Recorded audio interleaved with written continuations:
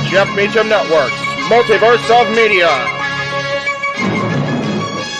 For over 15 years, the recognized symbol of excellence and the standard bearer in coverage of sports and entertainment.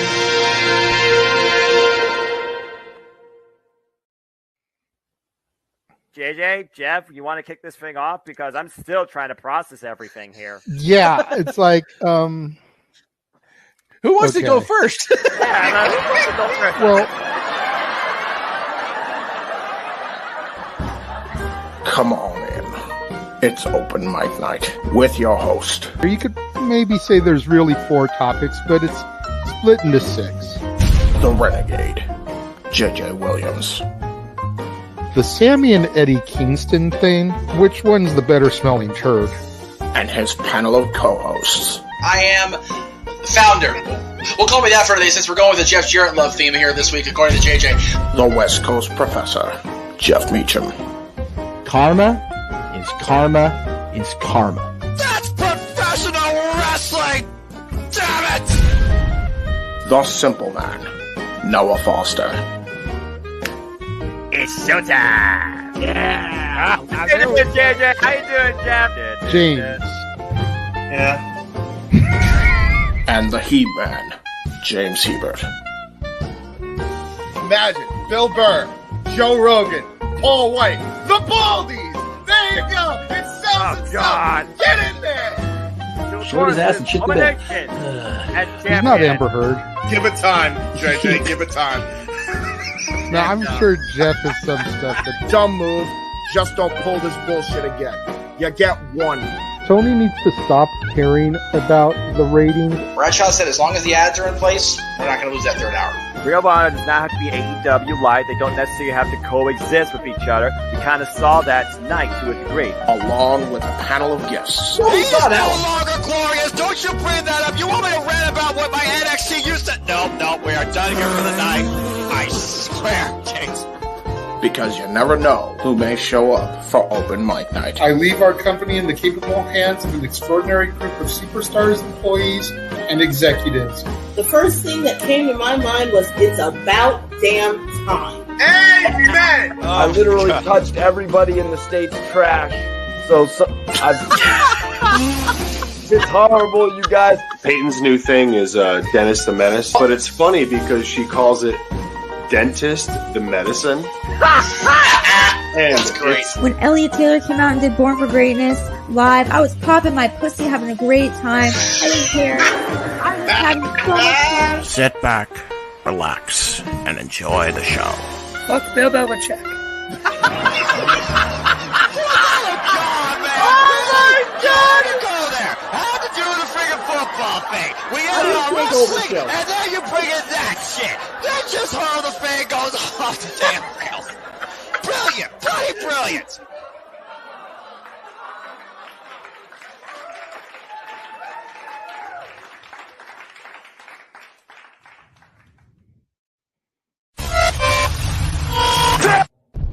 We're here.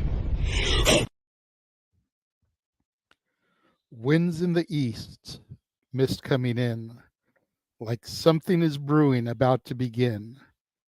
Can't put my finger on what lies in store, but I feel what's to be discussed has been talked about before. What is going on, everybody? Welcome to another brand new installment of Open Mic Night, the Saturday night shenanigans that everybody looks forward to. I, of course, am your host and moderator, the Renegade of Wrestling, JJ Williams.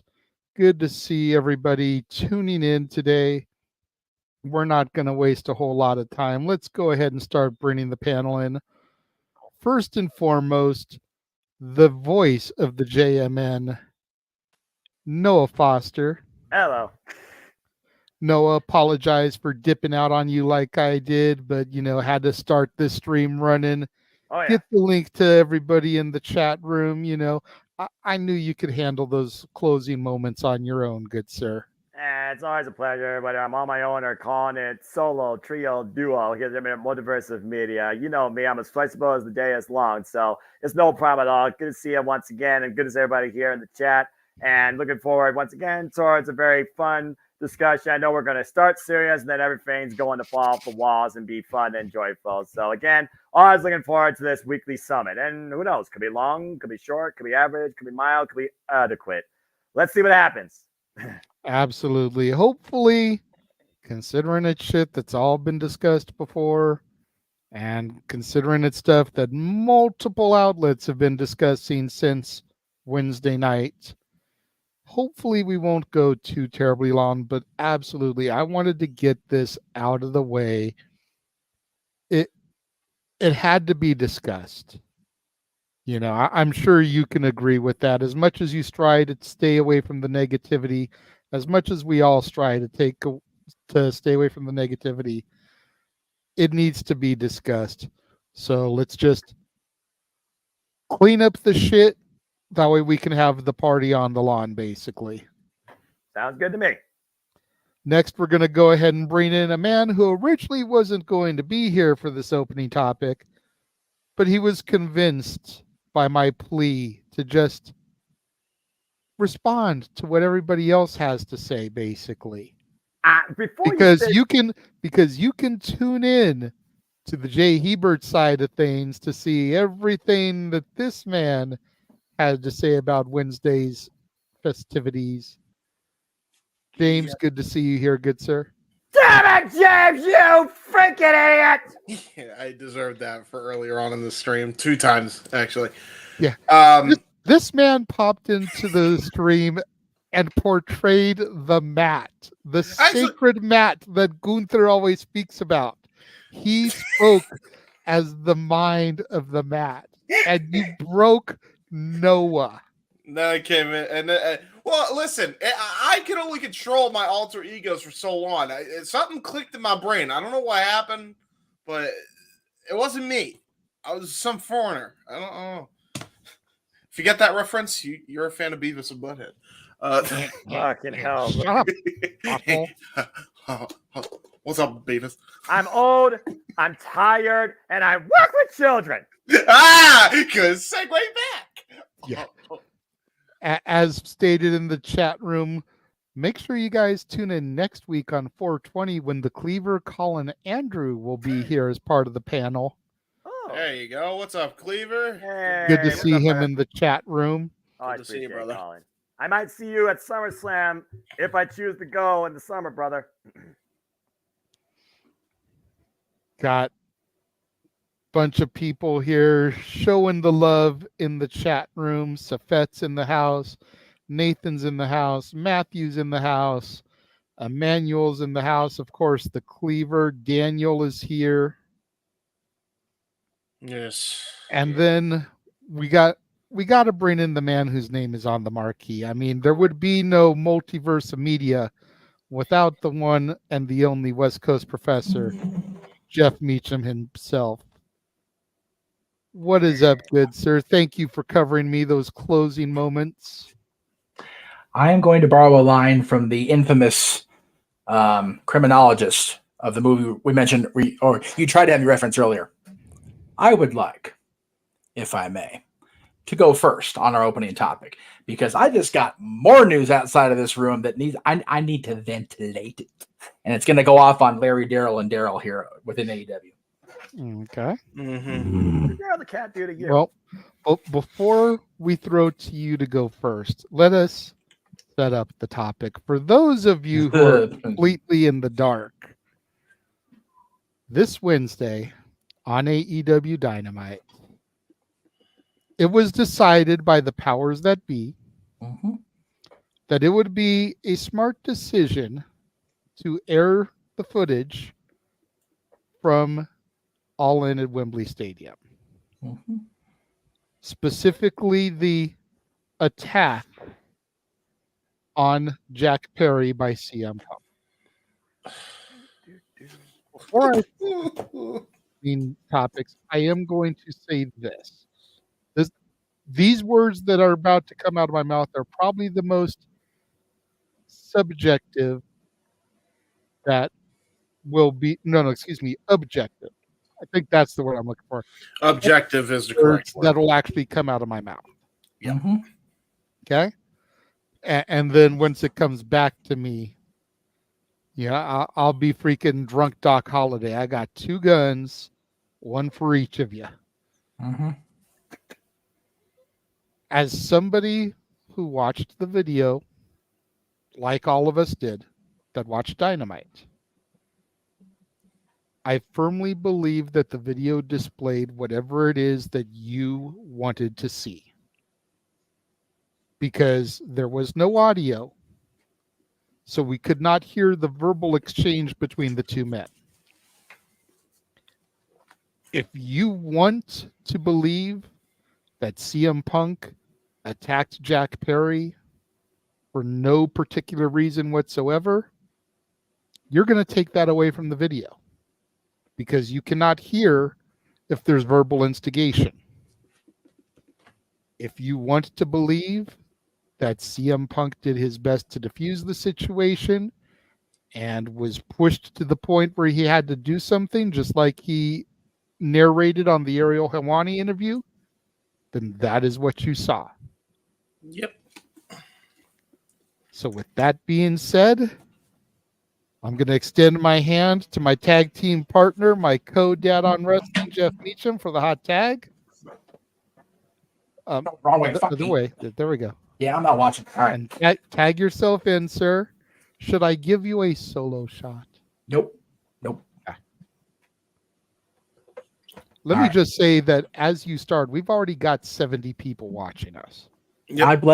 God bless the Twitterverse. Or the X folks. Yeah. Although my ex can go fuck herself. Anyway, yeah.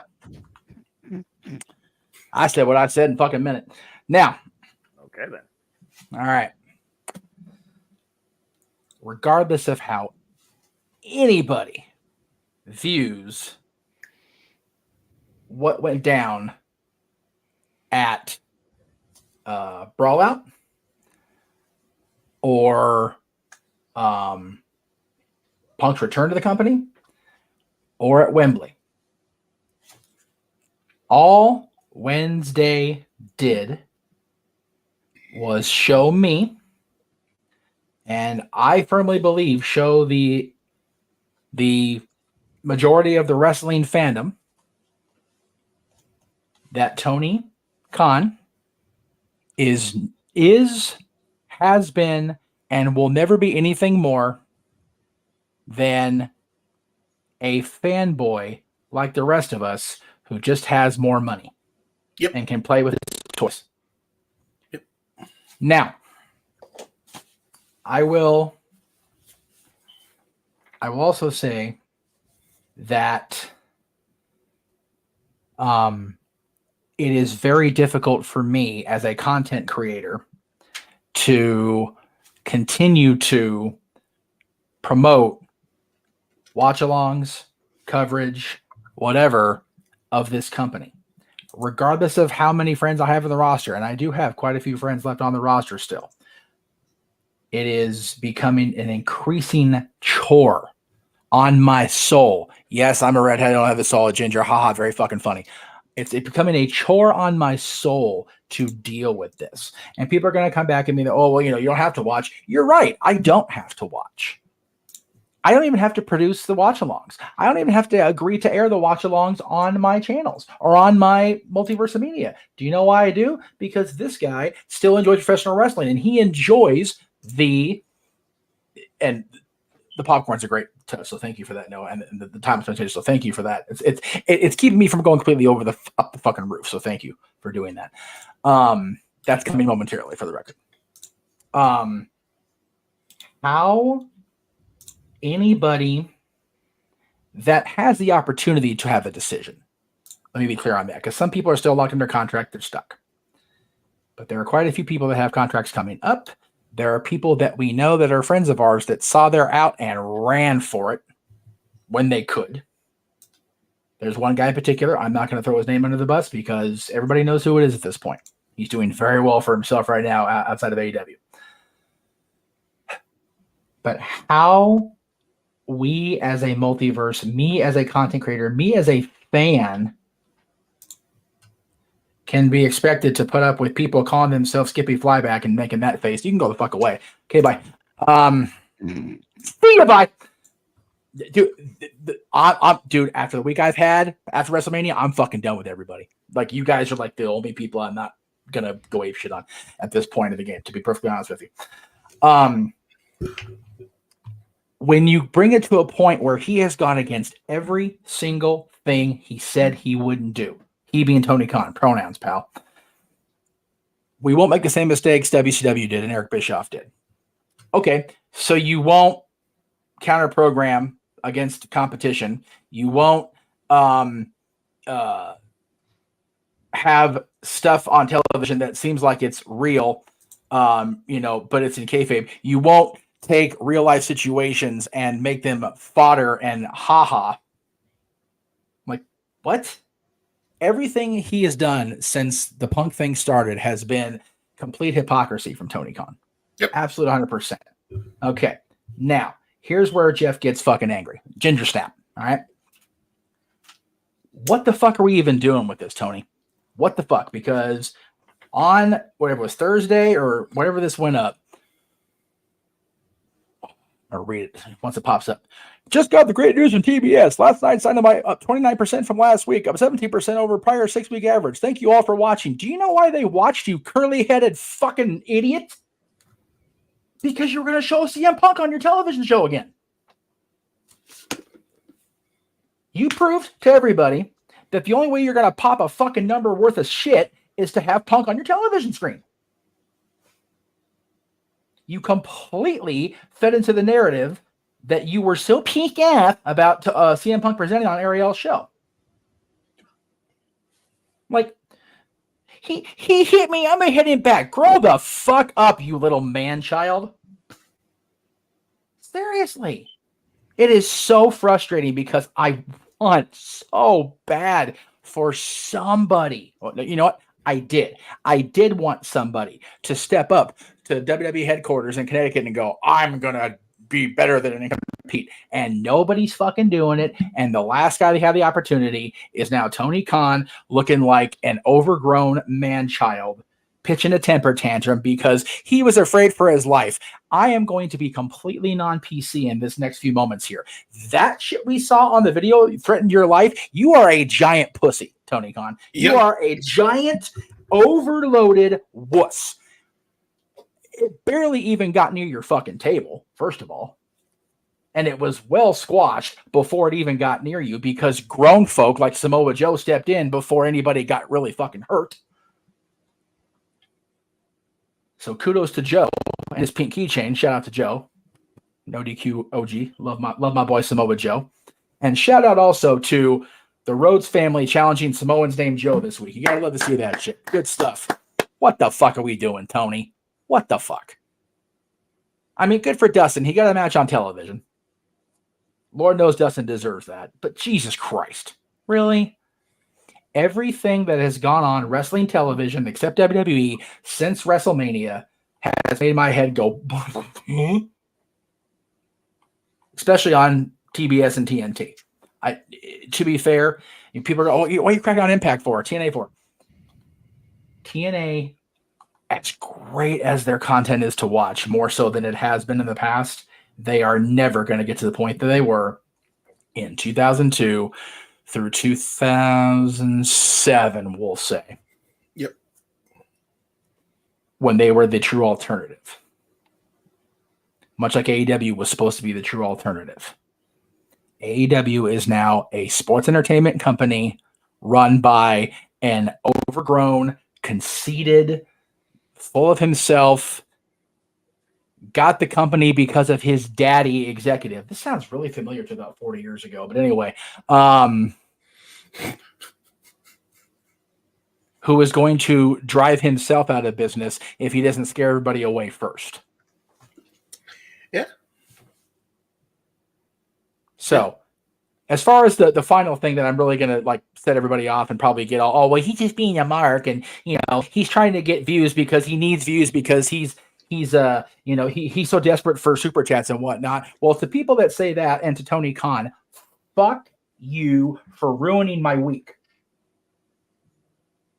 Because I was so tickled coming out of WrestleMania, and now as as fun as these matches were to watch and to help produce the call for tonight, what the fuck did these last 3 hours matter?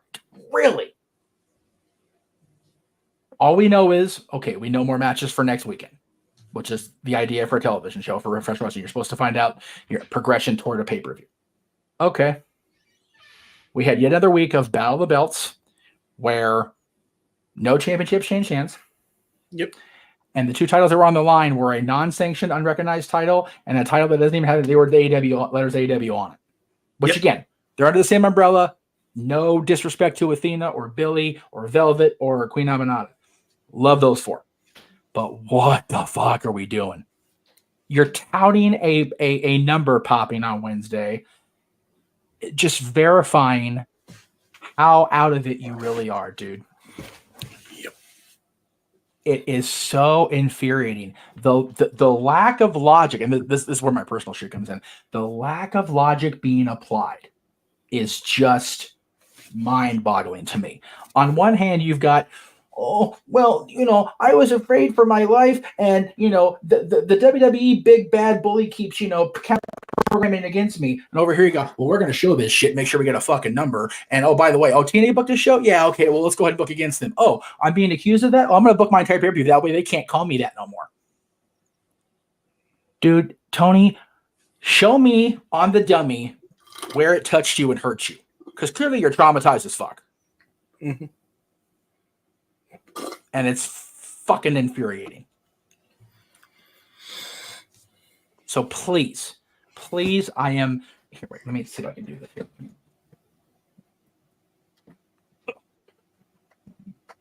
I am begging you, Tony. Turn the book over to Brian. Turn the creative over to somebody. Anybody else. And go back to the Jaguars and with your papa. Stay the fuck away from wrestling. Nobody wants you here. Nobody likes you being here. And anybody that goes on camera and says they like you being here is because they love that big fat check that comes in every week. And that's not a shot at anybody that does, because you know what? I like making money too. I also don't like being a hypocrite when I make it. I'm done. Well then. I co-sign with everything Jeff Meacham just said. I know. Every and I'm sure word. you're going to co-sign with a lot more. Yep. Noah, good sir. I know, again, that you try to stay away from the drama. I know that you try to protect your mentality and stay out of topics like this. And you're a beautiful man for it. I know that you try to preach a support the wrestlers, not the management mentality. But I have one very serious question that I have to ask you. And I want a very honest answer from you. At what point do you draw the line? When the boys are the EVPs, are the ones initiating this drama, how far do you teeter on that ledge to support the workers and support the boys when it's the workers that are succumbing to this idiocy on a consistent basis?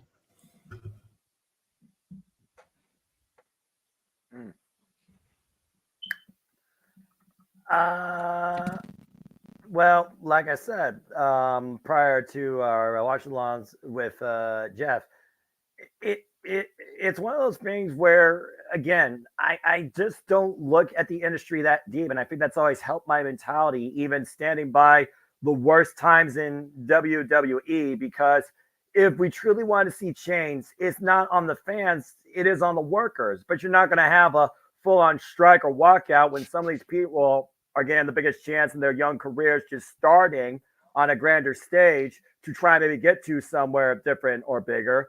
Or you got these people that are trying, to continue to support their families and remind us and maybe even themselves why we love professional wrestling.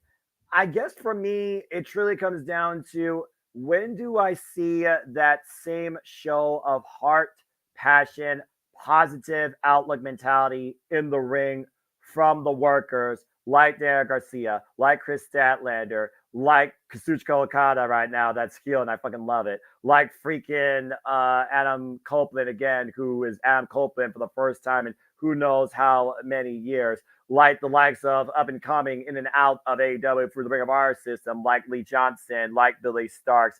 I look more so at the promise of the industry versus the position of the people in the company. And I think that's what drives me. So as long as they keep trying to fulfill their promises for themselves and I support them, I'll support them too. Again, I do not have these same connections to these people. I don't know anybody in this wrestling industry. I barely know you guys outside of you two, being quite honest here, but we develop our own virtual family. For me, it comes down to when on my screen do I see that change in moral code, in performance, where the workers are like, fuck it, I'm here just to get a paycheck. The day I see that is the day I'm affected. But until then, as long as I know what I see from them on my screen outside, list on one hand, dipshits, Twitter twats, and nitwits galore that shouldn't even be associated with the two words, I'm going to keep following what I love and what keeps me centered and balanced in this world, and that's professional wrestling. Even in my darkest time against my own family, against myself, that's what always kept me going, and it still does to this day. So whether it was Donald Trump, Vince McMahon, 254 guest hosts, Eric Bischoff, Hulk Hogan, Dixie Carter, Tony Khan, the ultimate millennial Twitter fan that has the $1 billion wallet, I don't give a fuck. I just simply focus on what I see on a weekly basis in that ring demonstrated by those I care about, by those that truly love this as much as I do as a fan as they perform it. And until I see that different on my screen, fuck any dirt sheet, any reporter, anybody that's here for the paycheck. God bless you if you're doing a job, but if you're doing this for just a pop because you're a Twitter twat or a troll slayer or somebody that thinks you're bigger than you are actually on camera, that's your own choice. You know who you are, and if you don't, go out and smell some grass that's not brought to you by Rob Van Dam or Matt Riddle. So at the end of the day, I'm going to continue to support what I see on that TV screen from whatever company, as long as it supports my quality and what I look for in this industry as a fan of professional wrestling. Everyone and everything else can fuck off. All right. I love Broadway pop, by the way. Caramel and cheddar is the absolute greatest popcorn pop combination. If you haven't ordered from the Nutman, highly recommend it. Thank you, Nutman. There we go. Before we get into my take and then throw things over for any last thoughts from James to piggyback off of everything we said, we do have a $2 super chat from Emmanuel. Thank you very much, brother. When you have your AEW fans cheering for CM Punk, you have a problem. Mm-hmm. And that rant, by the way, was Statboy approved. Didn't think it was a rant, just more of a testimony. But at the end of the day, everybody is a fan of their own design, of their own choosing, and who they follow and who they believe with. And as far as the mentality goes for professional wrestling, I look at what's on my screen and what the men and women are trying to do. Not the idiots that are just trying to look for some reason to get something out of you, whether on Twitter or in front of a camera. AEW is going to find themselves in the same position WWE found themselves in for roughly 10 years. Yep. And it couldn't happen to a nicer bunch of folks. Josh, there's people here that haven't seen SmackDown. You know better. To your point, Jeff, those good people is the reason why I stand true behind them and behind this business. The good in this business should outweigh the negative bullshit and antics. And that's what keeps me going as a professional wrestling fan. And the fact I get to commentate it for fun with you guys on a weekly basis. All right, so just so that all the people in the chat room know that the Hammer doesn't know any boundaries, Josh Mansfield, a member of the team, has been timed out for posting SmackDown spoilers. So if we're willing to time him out, we're willing to time any of y'all out. And just so we're clear, JJ has not seen SmackDown. Okay. Just because it has already been more than 24 hours does not mean everybody's had the chance to see it. Some of us work. Some of us were not off yesterday, or if we weren't working, we were in front of our television screens. Hell, I was watching SmackDown when this fucking drama with my stupid ass ex started last night. So I haven't seen all of SmackDown either. So we do not encourage people to put spoilers in here. So even if it's a day old, we are here to talk about the dumb fuckery of the people in charge of AEW and the brilliance that was WrestleMania week. WrestleMania week, which ended Sunday night. Anything after that, if we bring it up, cool. If not, learn from Josh. I love Josh. I'm gonna go give Josh a hug here in a second when we go to commercial and say, why you keep fucking up for? Until then, let us get through these topics. And I said in the other chat, in the other stream, if you guys want to talk about something else, please super chat us. I don't like talking about this shit. No. None of us like talking about this shit. It needs to be addressed because Tony Khan has caused me to lose what little hair I did have left. Yeah, it has to be discussed because it's newsworthy. Yes. I legit thought about going on the air Wednesday night as soon as it happened to do a stream because I wanted to be topical. And then I found out that James did go on and canned a video. And then I watched the ATW impromptu. Yeah, so, and they didn't even discuss this. They were talking about all the good shit from the week prior. No, and I figured either James or our buddies over at No DQ would be on, and man, Aaron didn't hesitate a fucking minute, man. He was on Thursday night, and you know what? That's fine because I got to be part of something else Thursday night that I was happy to be part of. So I knew we'd have this. I knew we'd be here, and it's so like I was sitting here. I don't know if you guys, I'm trying not to cry. This is so frustrating. Yep. This company had so much opportunity and potential, and to be honest with you, it still does. Yeah. But they've got to turn the fucking ship around. Anyway, I'm sorry. I'm treading on your time. I apologize. It's okay. Datilla, we understand you not being here tonight. It's all good. You're in the chat room. That's what matters. All right. So that's the downside about letting Jeff go first is he hit a whole lot of my points. So I'm not going to sit here and rehash. At least I'm going to try not to.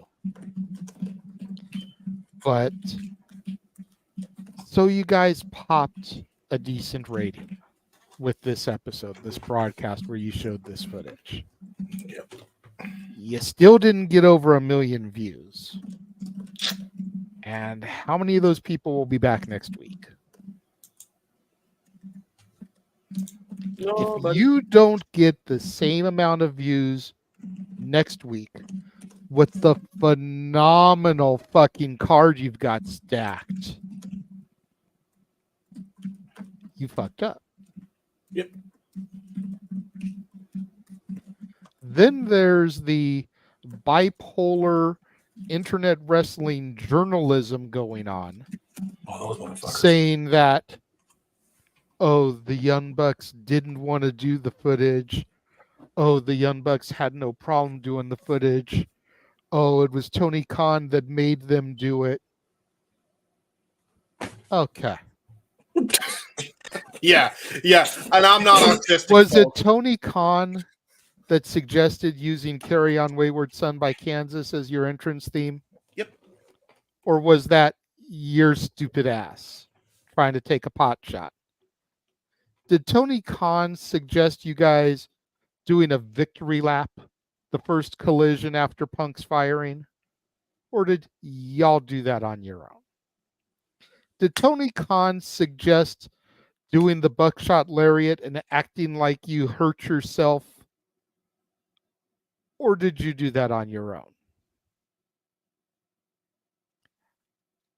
I would bet every penny that I have in my bank account, those things were all decided by Matthew and Nicholas Massey. Not Macy, not Messi, Massey. Massie. I think the mask is reference to their clothes. And just making fun of those assholes. Those things were decided upon by those two individuals. I would almost be willing to bet, with the exception of the Kansas thing, without Tony's knowledge. Kansas had to go through Tony. Tony's got to foot the bill for using the song.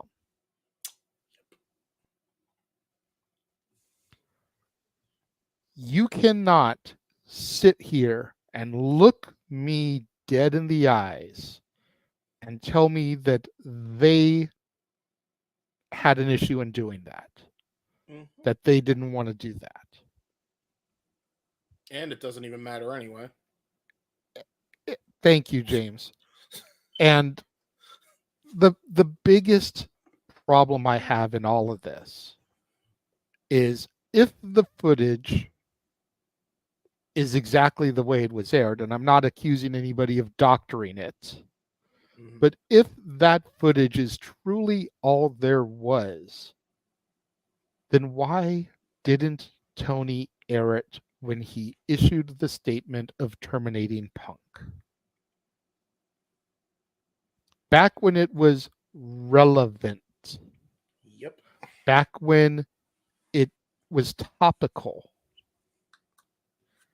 You heard CM Punk go on to an interview and answer a question. He didn't voluntarily discuss this and say, "So Ariel, let's talk about this bullshit." He was asked a question. He wasn't even sure if he should answer, but he gave an honest telling of what happened. And if you watch the footage, which, you have to watch it on AEW television, because they've been striking and taking it down on anybody's account that's been sharing it, which is the only reason we're not running it, because I did download it off of a Twitter account before it got pulled. Mm-hmm. But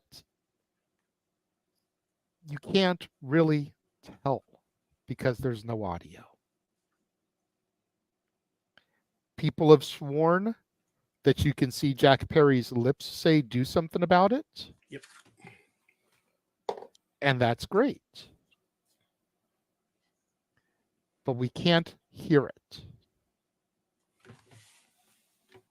That would end everything if we actually had the audio to the footage. Because I'm sorry, you telling me do something about it? I'm reaching this fist back and clocking you upside your jaw. Mm-hmm. It's like Marty McFly being called a chicken. It's like I've said for years when it comes to Jeff. Jeff is a teddy bear. Cuddly, warm, loving. But there's only so many times you can poke a bear before it unleashes its claws and goes full grizzly and swipes at you. Mm-hmm. That's what happened in this situation.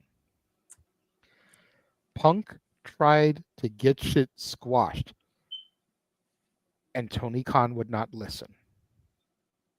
Neither would his EVPs. And as a result, this is how things played out. Mm-hmm. Jeff, I'm seeing the comments go through. If you wouldn't mind popping them up on screen since I'm talking right now. Okay, well, we have a super chat. Sorry. It's okay. And he's not wrong here, but it doesn't matter. UKL, USL, Tony's still a giant pussy.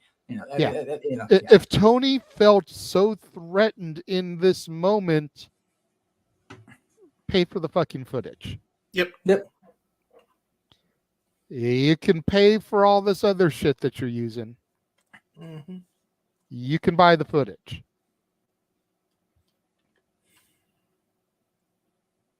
It's just that simple. And I am at the point, and I told Jeff this in private, and now I'm telling it to y'all. I'm telling it to the world. The 121 people we have watching right now, which holy fuck is that mind-numbing to me. Right? Even with Twitter, it's like, Jesus Christ. If AEW does not change its ways by Double or Nothing, I will not be reviewing it on For the Love of Wrestling anymore. And I'm only giving it to Double or Nothing because I want to see what the fuck they do with Mercedes. Which that's a whole other issue that I've got. And I'll just wait till we get there to address that because that doesn't have to do with the topic at hand. That's the only reason I'm giving it that long. Double or Nothing is essentially their WrestleMania, or at least it was until All In Wembley came along. Yep. So I'm giving them until that. I'm going to unload more of my thoughts this Tuesday on Inside the Mind of the Renegade. Noon Pacific, 3 p.m. Eastern. I will be addressing this more in detail, as well as the ways that I feel like AEW could change things for the better. We know people watch our show. Mm-hmm. I can throw up the video footage of MJF real quick to prove it. Oh no! Don't do that because I'm a mark for myself, Jay. Don't do that. You're not the one running it. I am. Oh, that's fair. Well, then no. You may be on the show. Footage. You may be on the show, but I'd be the one clicking the button. Oh well, then no. Please don't air the footage. We know, but the bottom line is we know people watch us. Exactly. Okay, Jeff. I'm a mark in my dad's side room. It's okay. It would behoove the powers that be over in that company. Yep. To watch what I say and take notes. I may be just one man. I may be just one fan. But I share the opinion of a lot of fans, including the most staunch, diehard AEW tribalist piece of shit supporters.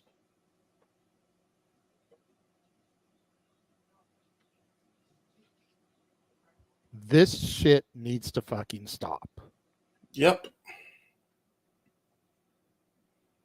And again, like the point I illustrated to Noah, it's kind of hard to support the workers, to support the boys, when some of the boys are EVPs and are making these executive decisions that are bringing everybody down.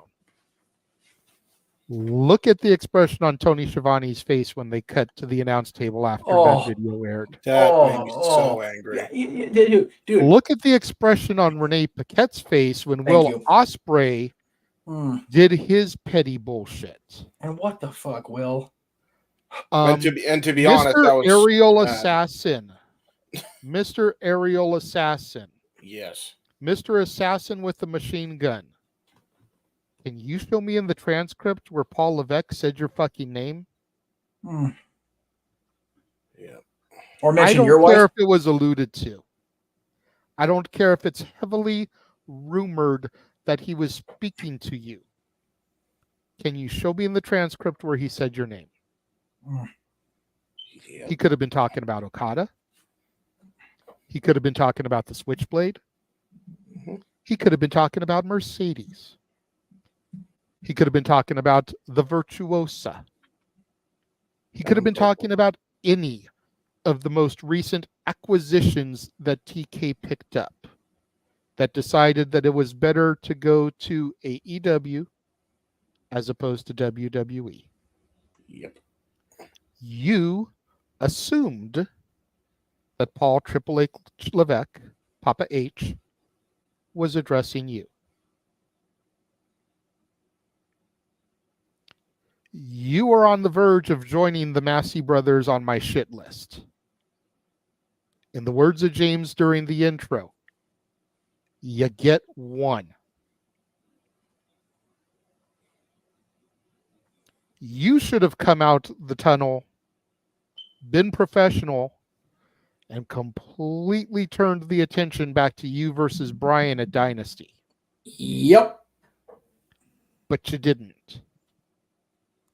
You spoke like a riled up punk bitch. And I know that's not what Will Ospreay is. No. Yep. It is. And Jay, even if Hunter was talking about Will, even if Paul was talking about Will Ospreay, okay, why in the absolute living fuck do you bring Stephanie into that? Yeah.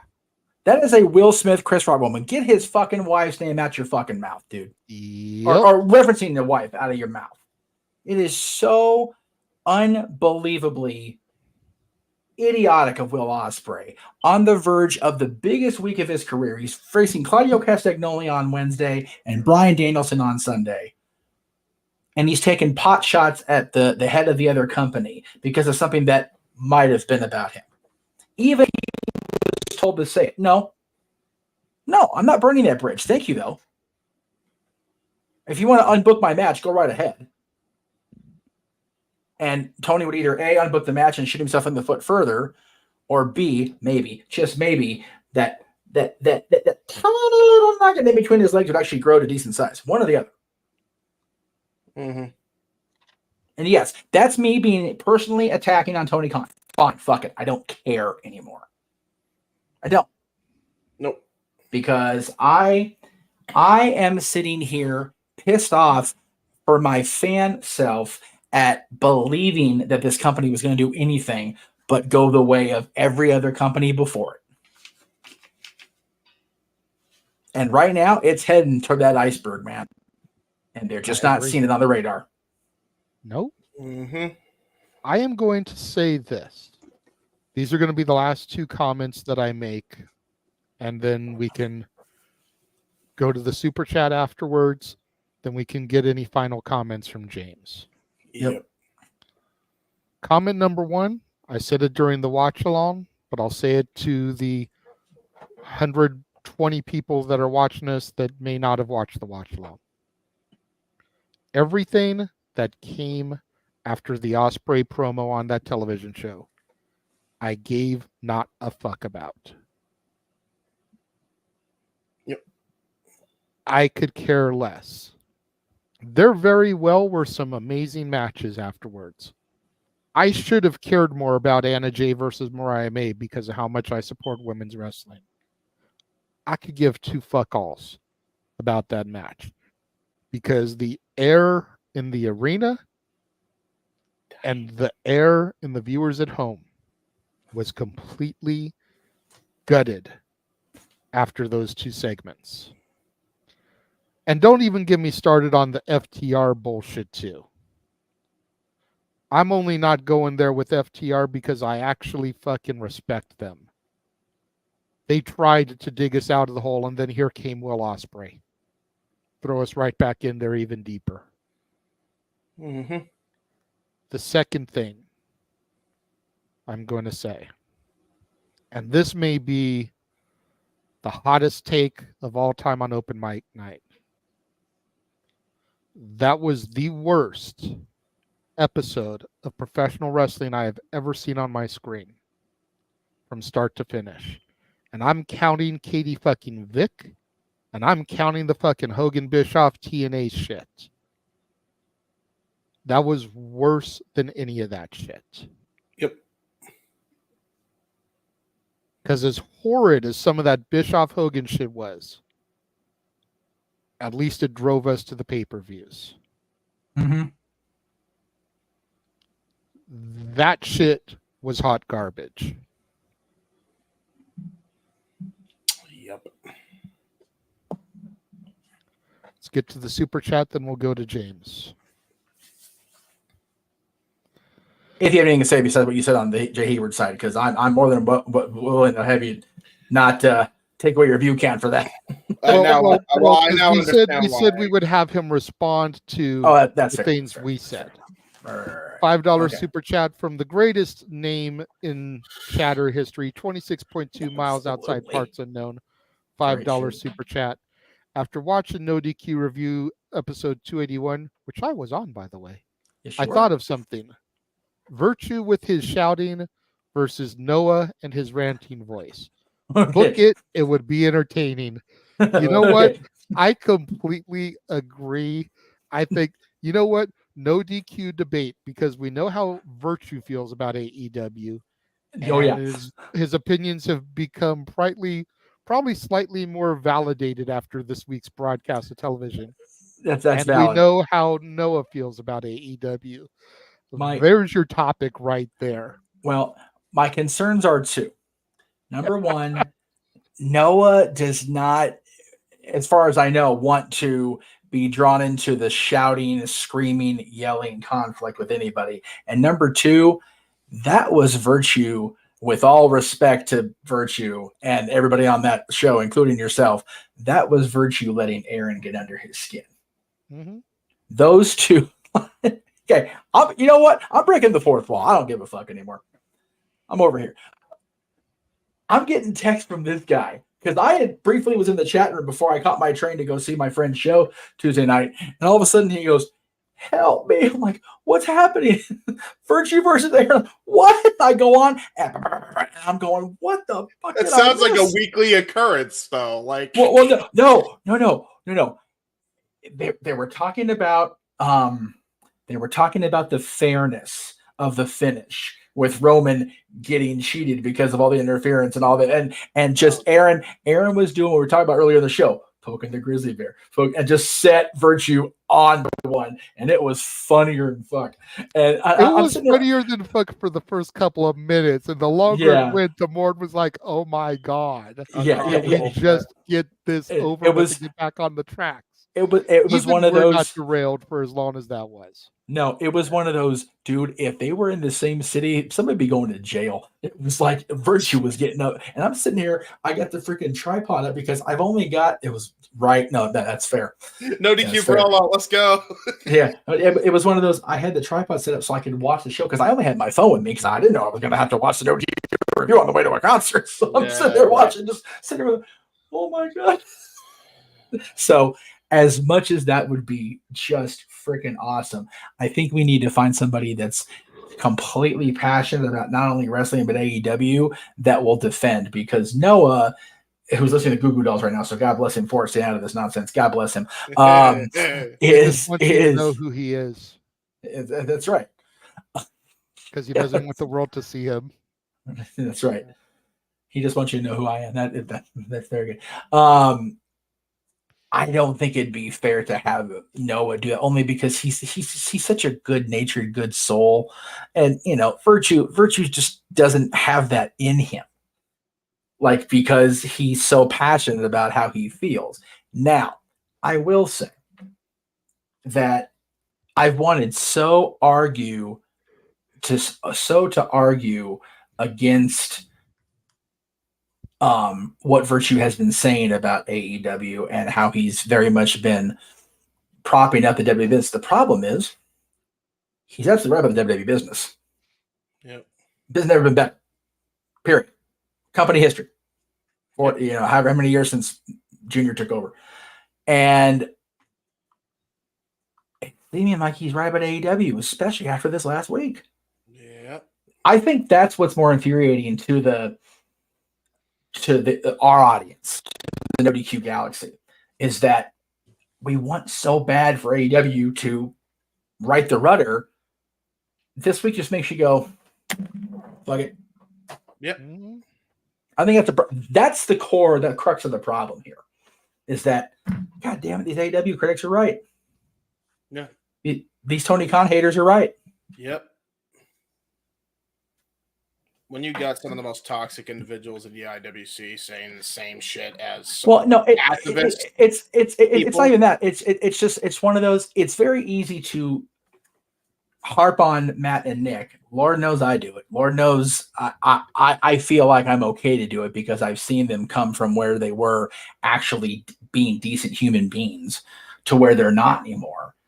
But I wanted to believe almost that Tony had just been corrupted. Like he was just, led down the primrose path by these promises of, oh yeah, and then it's like, no, dude, you had a decision to make. You are the boss. And you responded to, if you believe the remainder window, you responded to the original thing on the broadcast by letting over 10 people go. And then you responded to it even further by having that shit air on your television show. Yeah. It's like, nah, dude, you're being a petty fuck at this point. Last 2 weeks. It's this week. The last. Well, I mean, the releases on after the interview with Ariel, the 10 releases, like you could almost believe, okay, you know what? They're not being used anyway. Fuck it, whatever. So I was talking about Adam. No, I understand that, but they torpedoed a very crucial part of an angle for Ring of Honor television in the pay-per-view by releasing the boys. Yeah. Totally neutered that match. That match sucked a dick. It was awful. Yeah. And then Dasha. Like, okay. And then Dasha, who, God, Dasha is a gem of a person. She was so sweet and just cool as fuck to hang out with on the boat, and just didn't deserve that bullshit at all. Yep. But you can even go, okay, cost cutting, okay, whatever. Yep. But the decision there, the footage is where I go, no, I'm done being neutral guy or defensive guy. What I was trying to say earlier, and I got cut off because of more personal fucking bullshit. I have been the guy that wanted WWE to be competed with and to make everybody better. Well, guess what? WWE got competed with, and they're better now. So fuck everybody else at this point. Mm-hmm. The NWA is hot garbage. It really is. Yeah. Yeah, it's.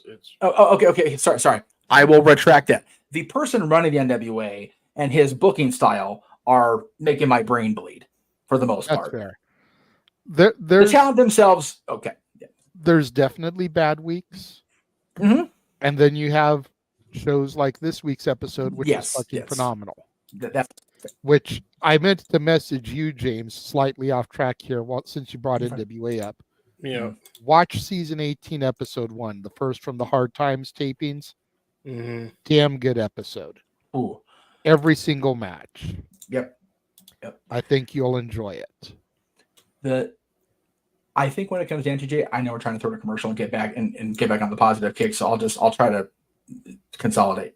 Well, James still has to give his thoughts on what we said. So the bottom line is the people in charge of the major companies we cover are defining our perspective. Mm-hmm.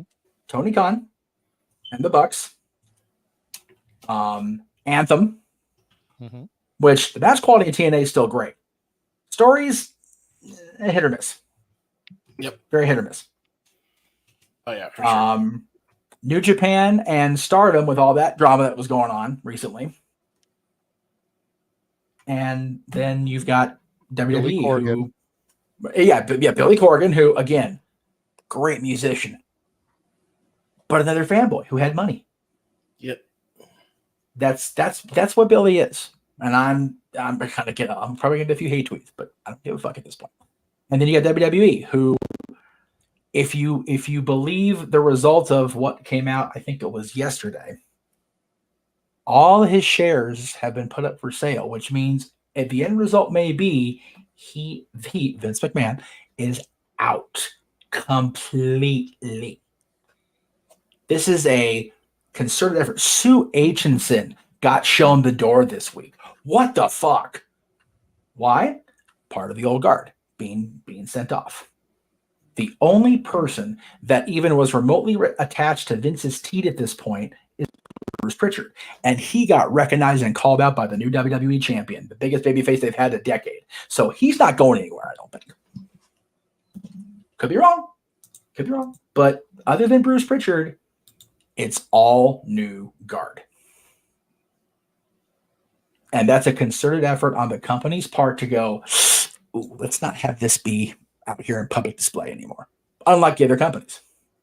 Mm-hmm. So that's what's happening. That's what the frustrating part is because for 20 or 40 years, It's been the other way around. Everybody, because it was so easy, would just fire the shots across WWE's bow because their owner was a megalomaniac, admitted adulterer, freaking, bad person. Yep. Not the case anymore.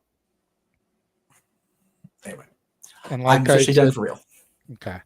And like I said, if things don't change, then I will no longer be covering it on my shows. Mm-hmm. I've told Jeff, because not to sound dickish, but we're kind of already past that point when it comes to this topic. I know how you can be, James, when it comes to things like this. Mm-hmm. So I already kind of know to a certain degree where your mindset is.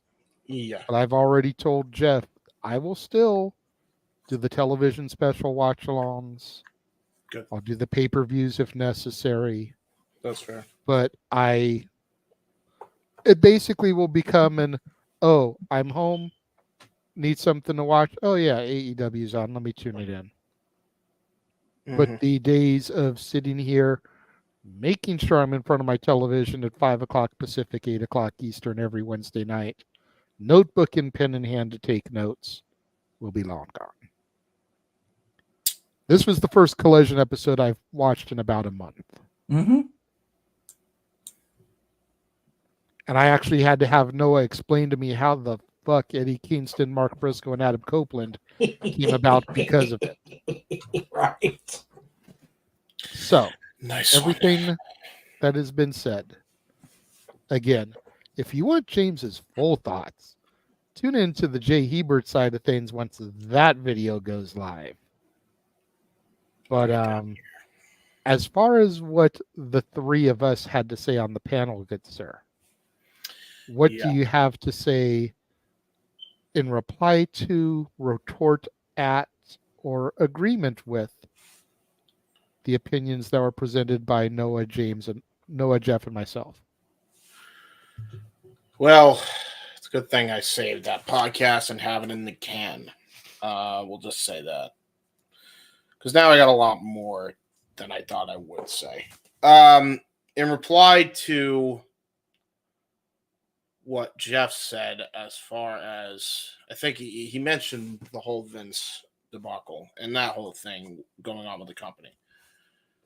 I just want to add this on top of what he already said. Okay. Any Twitter twat that is trying to compare the apples and oranges with Vince McMahon's bullshit and AEW's bullshit can get the fuck away from me. Yeah. Stay 15 feet away. If that means we are friends, then that's fine. Unfriend my ass. Don't give a fuck. It's apples and oranges. They have nothing to do with each other. And the fact that I literally saw people on Twitter, even just for a nanosecond before I clicked off and said, nope, not dealing with this today. The fact that I even saw that being a defense in AEW's, none of that shit would hold up in court. So, fuck all the way off with that one. That's probably the biggest offense I took away from this entire thing. And this was after I recorded that fucking show that you will be seeing over the weekend. And then the other two shows finally going to be releasing the Monday and Tuesday. Thanks for delaying me another 2 weeks again, Tony, dickhead. I am so frustrated that after we thought we nipped this in the bud, not even 5 minutes later, as we're on the air, you're releasing this footage on that week.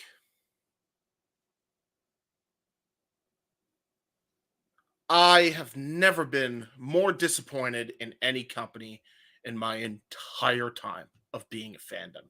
That takes in a lot, and I mean a lot of fucking ground. And that's not just me saying that. You just heard these gentlemen say almost the same thing. And that's just with the management.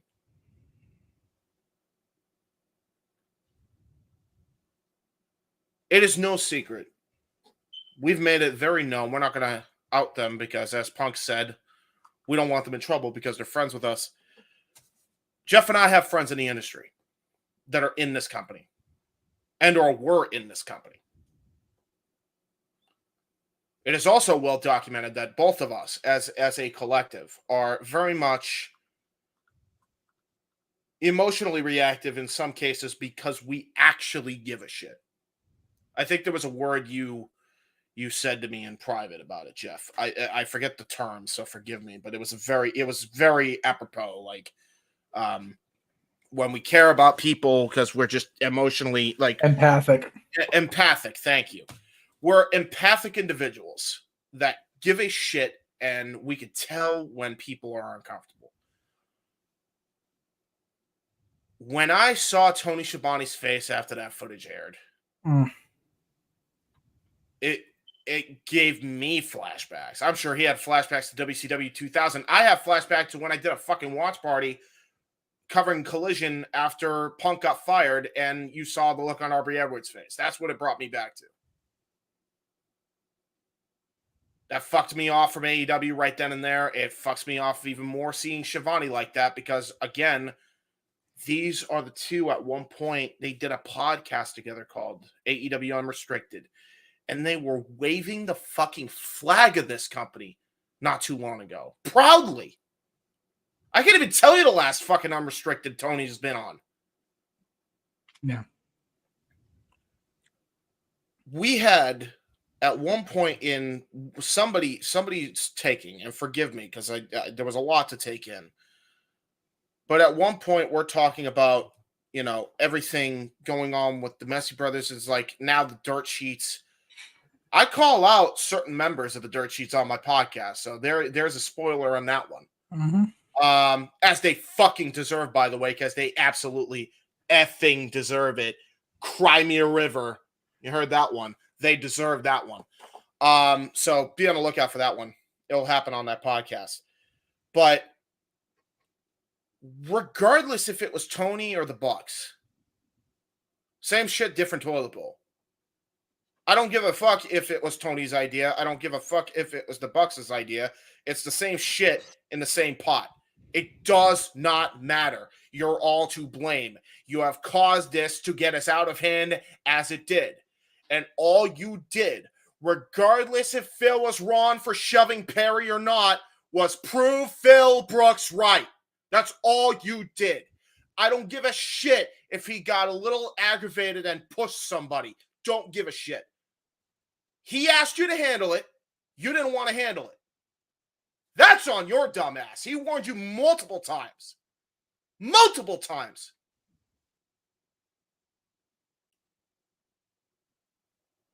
Did Punk ever deny that he went overboard at All In? No. You know what he did over fucking ride? You know what he did say? I didn't sign an NDA for anything that I did wrong back in September. Yep. What the hell does that tell you? You know what that is? The legal loophole speak of saying they fucked up, I didn't. And after what I just saw, why would I believe in anything else? Even if he was wrong in pushing Perry, why let it escalate to that point? You had multiple opportunities, Tony. Multiple points. Now we're way past it. And then you let this guy get you so riled up that you feel the irk to air this shit on your television show to make us all sit here and play fucking deja vu all over again. It is infuriating as a consumer of this product. It is an infuriating as a fan of this industry that has friends in this industry. It is infuriating that as a person who knows people that have been in actual businesses that could have run this better than you did. It is infuriating that anybody in this chat has to talk about this for the fucking umpteenth time in a row. And why? Because you will not let it go. Phil talked about it once because he was asked a question. You took offense and you decided to go on attack mode. I've had enough. This is why I don't tune into your shows. This is why I will not watch the Young Bucks. This is why I will turn my back on people like Scapegoat Jack Perry and the Messy Brothers. This is why. Because I will not support bullshit anymore. I won't. As Noah said, and I agree with him just as much as I agree with Jeff, the only reason I tune into AEW, and that's just for a pay-per-view basis now, is for the workers that make me sit down and watch any goddamn way. That's it. And that's how it's always going to be with any company. Because honestly, that's how I'm treating the entire wrestling industry. And you know what? I'm much better for it mentally. But guess what? You don't see WWE making these mistakes right now as a company.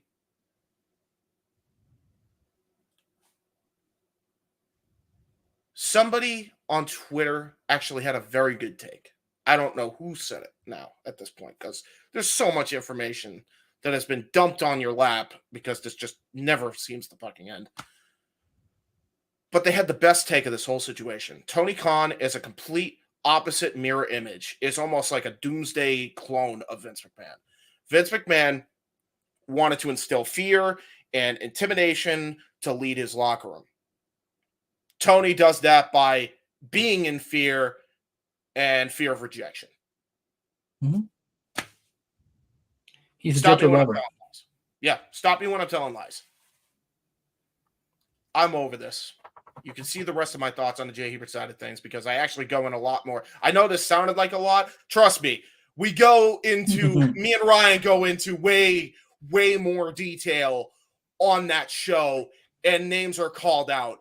Names are called out because I don't give a fuck anymore, just like this man, because I'm fucking sick and tired of all this shit.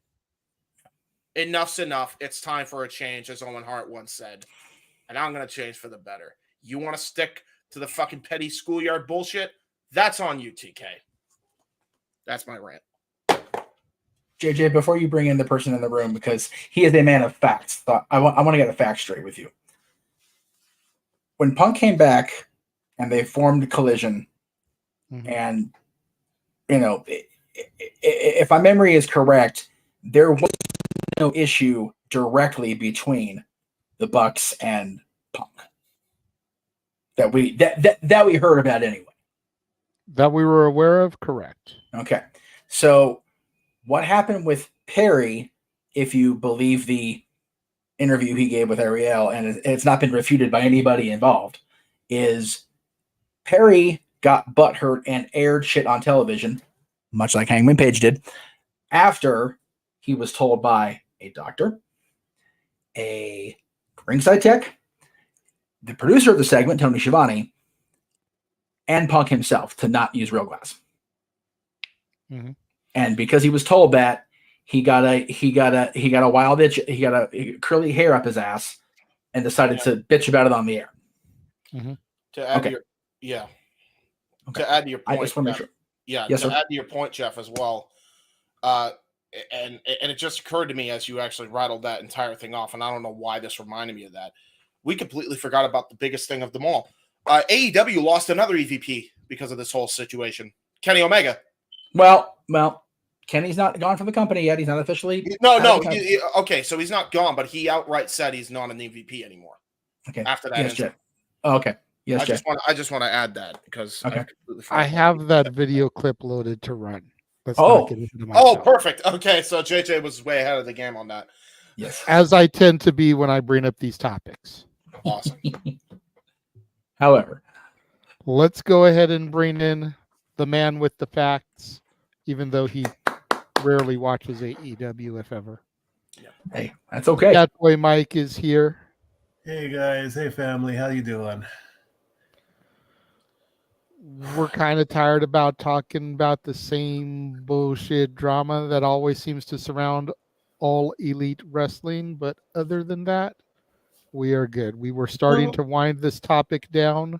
Oh, you mean I can't throw in my 2 cents? Oh, if you actually have something constructive to add to the topic, by all means, and I don't mean that to sound like an asshole, but you've admitted multiple times that you don't watch AEW. So if you actually have something constructive to say, go for it. In the game of Assassin's Creed Odyssey I play, there is a line saying, I don't know how much more blood you have to bleed. Right. Fuck. Mm-hmm. I don't know how much more I don't want to watch Tony Khan and AEW because of this garbage. No, it's yeah. This is like, it sounds like he's running out of ideas.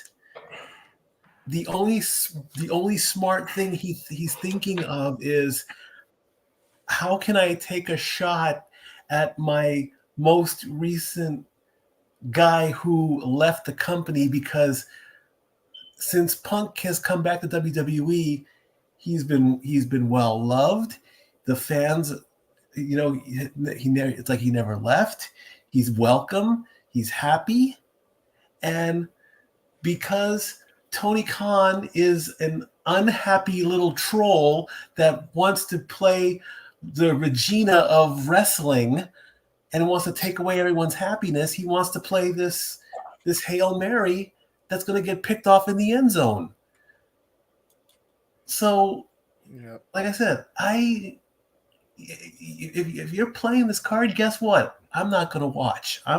You have pushed me so far back that I don't want to see it. Cody Rhodes could go back to AEW, and I like Cody Rhodes. I still wouldn't watch. If Cody decided one day where he doesn't want to be in WWE and he wants to try and save the company, not going to happen. Sting can come out of retirement at AEW. I still won't watch.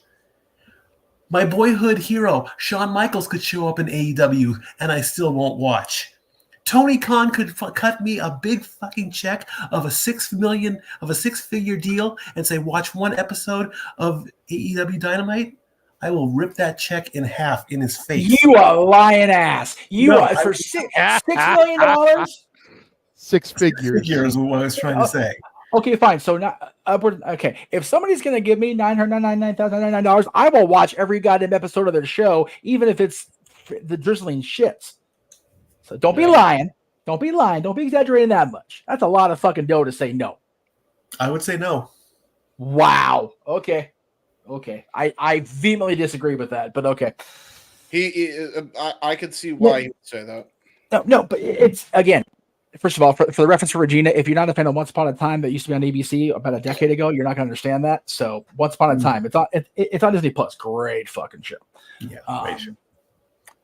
But yeah, he's not wrong that it's hard to garner a audience when a lot of the audience that uses the internet platforms to gauge the read of the room are having this opinion already. So I see where he's coming from. So. Well, to add to it too, I think that's part of the problem is you got the people in charge that are taking the petty pot shots as well. Well, right. That's what I said earlier. It's they're either taking the shots themselves or they're they're encouraging their talent to do it, like Will. Yep. Which is, it's still on Will. He's a grown ass man. Say no, motherfucker. But anyway, dude, we need to go to a nice positive break, and I think we know what you have in mind to do it, JJ.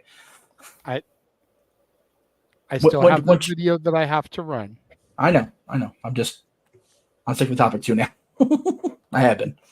We're getting there. But to the Kenny Omega point, I do have the video loaded in that James was referring to.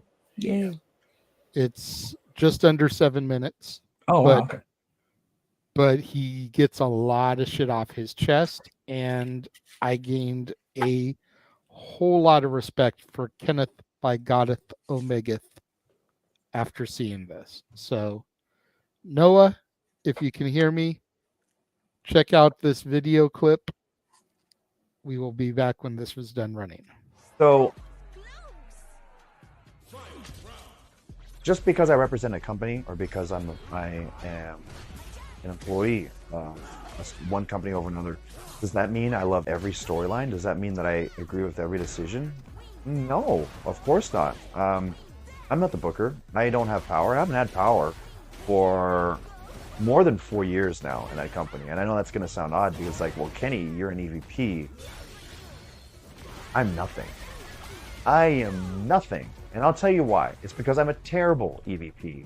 I don't deserve to be an EVP. If people want to ask for my advice, I'll do my best to help them. If there's a flyer to put up backstage, I'm going to do my best to be that person. But if we go back, and I don't want to have to comment on it, but I'll do it just because, you know, it adds context to it. I thought my duty as an EVP during Brawlout would be to enter the situation while there was chaos, de-escalate it, and create a peaceful environment for everyone. I was able to create a peaceful environment for the most important person in that altercation, and that was Larry.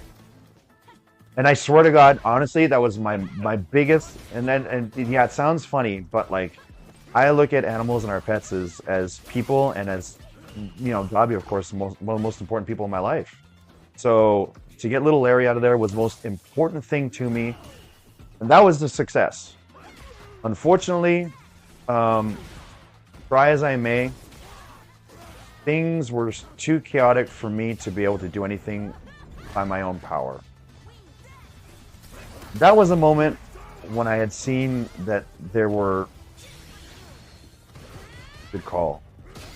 I believe it was in that instance when I realized that the way that I wanted to go about things wasn't necessarily the way that other people wanted to. It was also the way that other people necessarily didn't want to. And then it was also maybe not the way that the boss wanted to take care of it. And I also thought of myself as a liability because I don't want to say old school. I'm not old school. I've just played a lot of contact sports, and I've gotten into jiu-jitsu and boxing and mixed martial arts. I just know that sometimes when you perform or when you fight, when everything's on the line, when you give your heart, when you give your soul towards something, and you're in that moment of high stress or high anxiety, where you've maybe emptied the tank and you're just physically exhausted, that was actually very impressive. A good punish. Yeah. When in an environment like that, sometimes emotions get the best of you, and people will want to throw hands. And in the case, and I'm unfortunately or fortunately a believer of it, I think if it's decided that, hey, this is the best way to solve things, and you can shake hands after and move on after, I'm a believer. I'm actually a believer of fighting. I am, and it sounds terrible to say, and which is why, like, don't make me an EVP in 2024. You know, you can't do that stuff anymore. I just feel that sometimes that's how you have to settle things. Sometimes. And I don't mean you have to settle it and then it has to be shown on screen to everyone, or people have to brag online about who won, who lost. No, like, it's not for that purpose. It's for the purpose of just getting that stuff out that you need to get out. And I mean, I'll admit there were a number of times, even now with me, where I thought that might have been the most appropriate answer. It never came to that. And we were able to talk things out, and we became better friends, and there was a level of respect at that point on between myself and these other parties. And maybe I'll share these stories later. It's but I always, it's crazy. As much as I believe in cooler heads prevailing, sitting down and talking, sometimes it was just like, hey, I can't even think straight until I start throwing some hay, you know, or maybe that I need to be smacked around a little bit, whatever the case might be. I think if it's a contained scenario and if it's not a situation where it's, there's like pulling people's eyeballs out, low blows, hair pulling or scratching, you know what I mean? If it's just like, hey, let's just hang and bang a little bit. I can see it sometimes being conducive for a positive work environment. Again, this is exactly why I have no power, nor should I. So that's just how I feel, and I'm gonna leave it at that. What's my status with Punk right now? Did I ever have a chance to talk to him? Status of Punk right now? I don't know. It's just mutual respect. We reached out to each other. Thanks for teabagging me. Sorry. Yep. It's Rampage time. I don't think it. No, it's that's the thing. It's not like, hey, we're good now. We're never bad. Honestly, if it weren't for a complete other factor, we would have been able to have that talk on the night of Brawlout. There's no issue between him and I, as far as I know. I don't think there is at all. I don't want to seem standoffish or like secretive about what happened. Like, yes, there's legalities and all that stuff, but even if there wasn't, I know this will sound weird because I've done a lot of comedy stuff in wrestling, but like, I'm actually not a huge fan of like pulling back the curtain on stuff that doesn't need to be out in public. That's what I'm saying. Like, if for whatever reason guys were to fight or whatever, like, it's not for the public to know. That's just for them to air out their stuff, to get it out of their system. That's all I mean.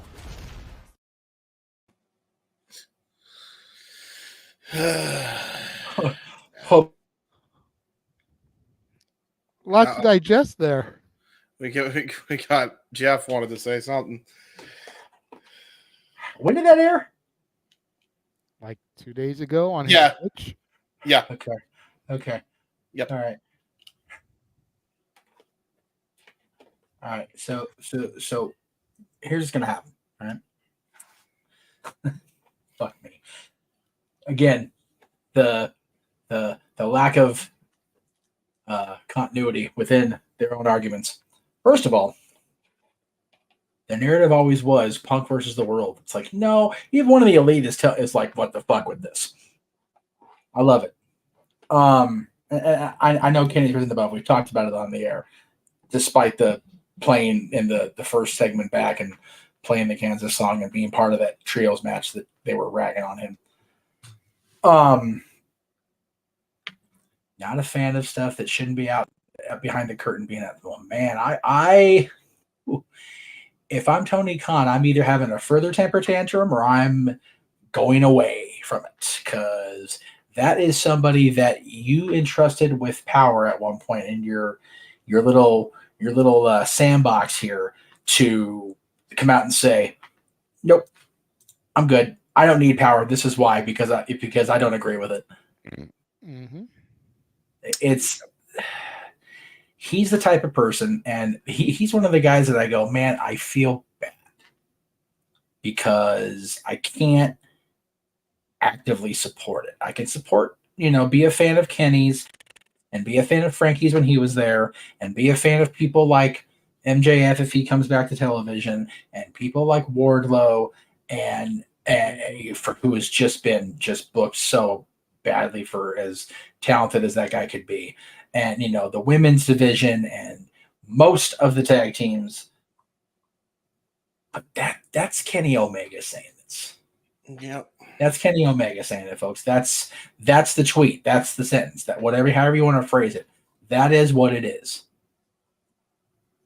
And God bless him for wanting to get Larry out of that. We heard later that Larry had, sustained a little bit of a scuffle or whatever. But it's just, to my knowledge, Punk talked about this once, be it in public or within character. Within character, he said a couple different things. And again, the footage being what it is, it's like, okay, it seems to me that Punk went back to talk to Perry in response to what Perry said on the air during the 0 hour, the buy-in, whatever you want to call it. But everything else, it seems pretty cut and dry that there is definitely people that are more at fault. And I've been saying for 2.5 years that everybody's wrong here, and they are.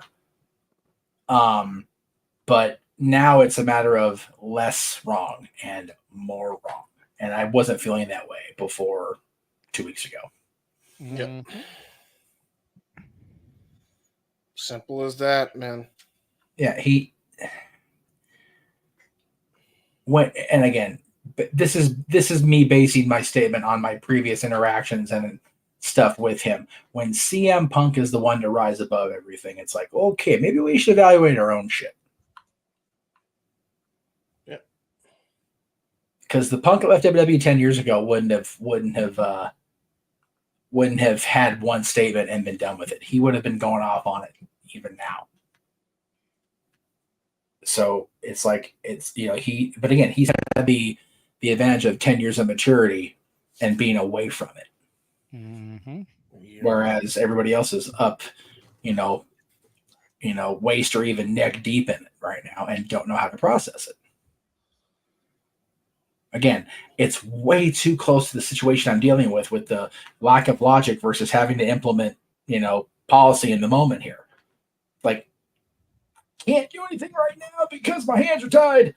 Tony, your hands aren't tied, dude. You've got the fucking money flow. You've got the pencil, dude. Yep. Figure it out. Please figure it out. I'm halfway planning to go to that. If I wasn't going to be so tired from being at Disneyland until midnight the Friday before, I'd probably go. But I don't know if I want to deal with going to Vegas and this bullshit in the process. I tell you in my sleep. Yep. Anyway. It's just nuts. But like I said, I saw that much as James did. And a whole new level of respect for Omega. Mm-hmm. Yep. Like, I already respected him more than Tweedle dipshit and Tweedle dumbfuck. Yep. Because it came out long ago that he was willing to sit down with Punk and try to figure out how to do business while the other two weren't. Which was mentioned in that clip. And then to see this and to hear this all come out of his mouth, and the fact that he relinquished his EVP status, just so good. Yep. Yep. Sometimes the wind will just clear the garbage out itself, brother. Sometimes. I think I'll paraphrase a quote. Basically, Kenny said a Vinceism, really. Tony screwed Tony. I have no sympathy whatsoever for Tony. Yeah. No. So. And the song being brought up in the chat room, carry on, wayward son. He did. He left. There'll be peace when you are done. He's at peace. This is WWE. Lay where he had to rest. He's resting high knowing he's going to come back from injury and have a main event program with a world champion. Don't you cry no more. Looks like Jack Perry and the Bucks was there fucking crying. Yep. Mm-hmm. And now I'm turning my back. Yes, you have driven this poor man to J.J. Williams and the Batista John Cena match status. Congratulations, Tony Khan. Did you guys see that, by the way, on the New Japan one when he came out? I watched it back. Dude, it's the funniest shit. I'm like, I'm tossing this fucking baseball up in the air and shit while he's calling the edge. He knew it was going to happen, by the way, folks. For those who were like, no, he didn't. We have all talked about this. Like, I just want to make it clear. Yeah, I made it clear that I wasn't necessarily happy about it, but I understood it. Yeah, it's one of those. I felt bad for Umino. I did because, like, it ended up being not that bad a match, but it's just he's just exactly. Yeah. So Tony releasing the footage was a shot back at Phil. what the fuck does Phil care? Yeah, why does WWE care? Yeah, well, yeah, it was such a stupid knee-jerk thing that benefited literally nobody. Oh, but wait, Jeff, wait a minute. They're part of making it part of the storyline for FTR. The fuck does FTR care at this point? If they win the ladder match, then they're tag champions, but they're still going to have this hanging over their head. If they lose, well, then fuck it. They'll renegotiate when it's time and get the fuck out of there. The first thing flying. Yeah, they only said that to try to save face. Yeah. Yep. Oh, the reason we lost the match at All In is because our minds were on this thing, having to be EVPs, and shut the fuck up. You don't have to be EVPs. You shouldn't. Yeah. You shouldn't be at all. You should take like Kenny Omega and get the fuck out of that position. Even before this, you shouldn't be. You shouldn't have an active talent in that role, period. We've been saying it for God knows how long. Yep. Are you Dusty? Are you The Rock? Fuck off. Seriously. Damn it all to hell. Oh god, yeah. It's dude, even The Rock with all his money does not have enough to get any kind of fucking clue, Daniel. The Rock's got more than $7 in his pocket nowadays, but even he can't save that curly-headed dumbass. No, nobody can at this point. The only person that can is if somebody decides to have enough money to buy it out from under him to run the ship themselves. Well, no, but that's the thing. He sat there prior to Punk coming back talking about, how Brian's is great, mine. Give the fucking pencil to Brian and turn the business side of it over to whoever and go back and run the football team. Hell, the Jaguars had the best season they've had in a generation this last season. They're this close. Just go back there and do that. Focus on getting them over the hump. Did I miss my finger? Was that legit? Yeah. Yeah. The Jaguars actually made it to the postseason, as far as I know. So, all Tony has to do is get with his dad and get the proper people in place to fill in the problematic parts. They got a fucking Lombardi trophy in their hands in a year or two. Yeah. But again, Tony's so focused on I'm not a fan, bro. Yes, you are. Yes, the fuck you are. And you know what? Great. You're a fan. Cool. So am I. So are these four. We're not using daddy's money to fucking, cause problems. Nope. Please do not put that shit in the universe. Yeah. I'm not going to you time me out because I love you. No. Yeah, please don't. Can we also just say this too? And I know not that this even matters too much, but I do want to say it's like, Tony, we're not the only ones that are saying this either, dude. Your EVP, that's not two EVPs now that are no longer an EVP are saying the same shit now. Yeah. Seriously. Yeah. Cody and Kenny have told you this now. Phil has told you this now. And now that Phil has said this, every toxic content creator and every pacifist content creator is saying the same damn thing. Get a clue. Fucking take the hint. Fuck off. And you've got two people that, for the most part, and I'm saying most universally, they don't match, but that's the only thing I think of. For the most part, are universally respected across the board for their announcing and for their longevity in the business, being Renee and Tony Schiavone, having the fuck face on your television program because of this stuff. Yeah. Again, I think I told Noah this, or maybe I told DJ this. The week for me is broken down into 4 images. And we'll get to the first 2 after the extended commercial break. Roman's face during the pinfall on Sunday, which was a thing of fucking beauty upon reflection. Cody handing Michelle the WWE Championship.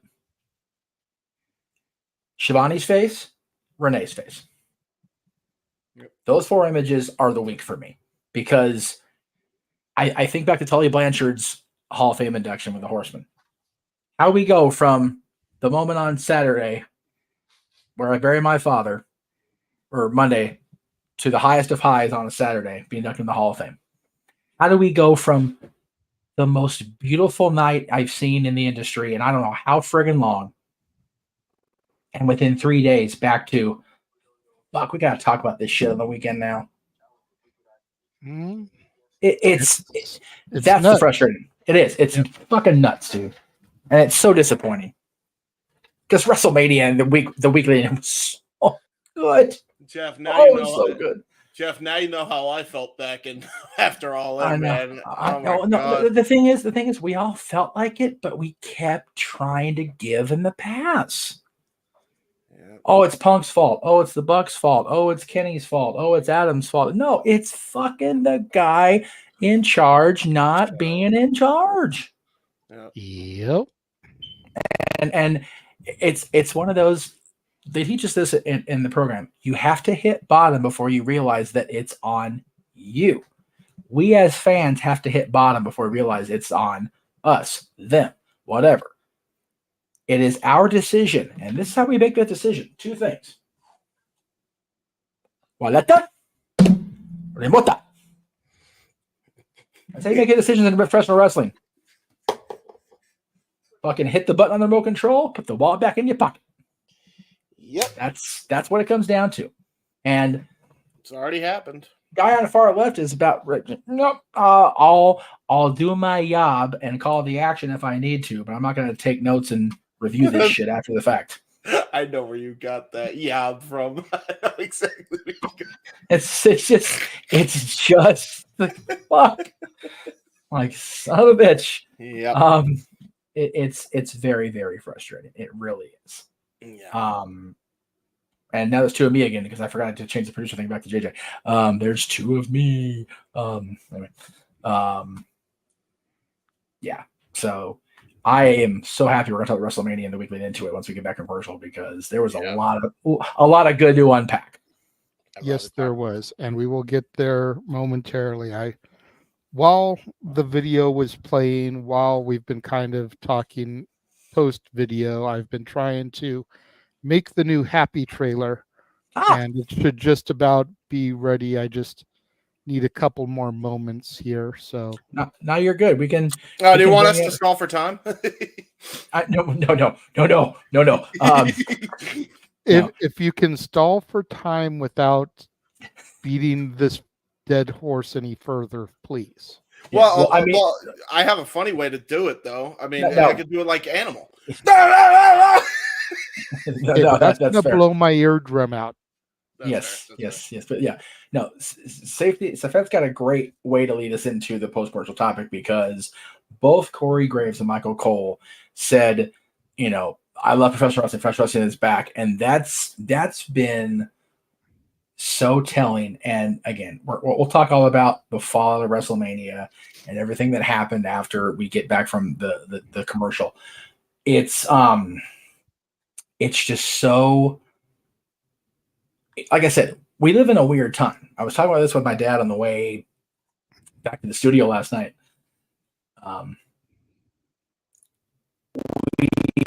If the sale of these shares goes through and they're completed and there's no more shares left under his name, we are going to exist in a world where Vince McMahon is 100% no longer involved with World Wrestling Entertainment.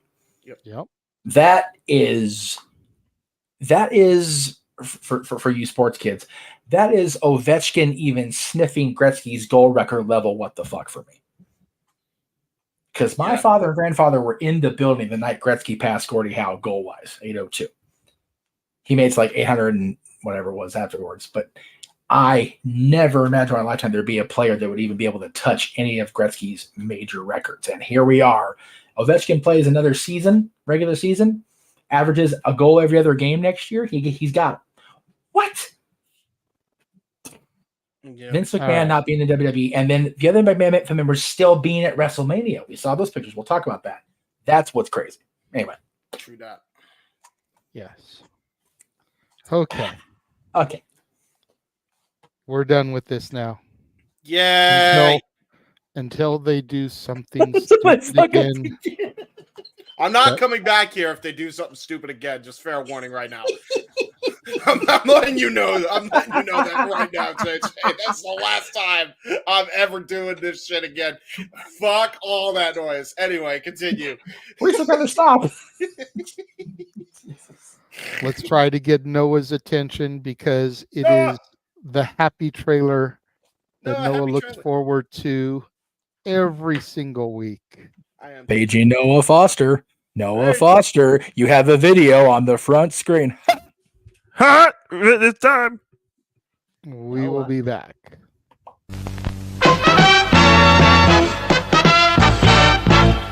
And now, preview time. So let's take a look at what's coming your way.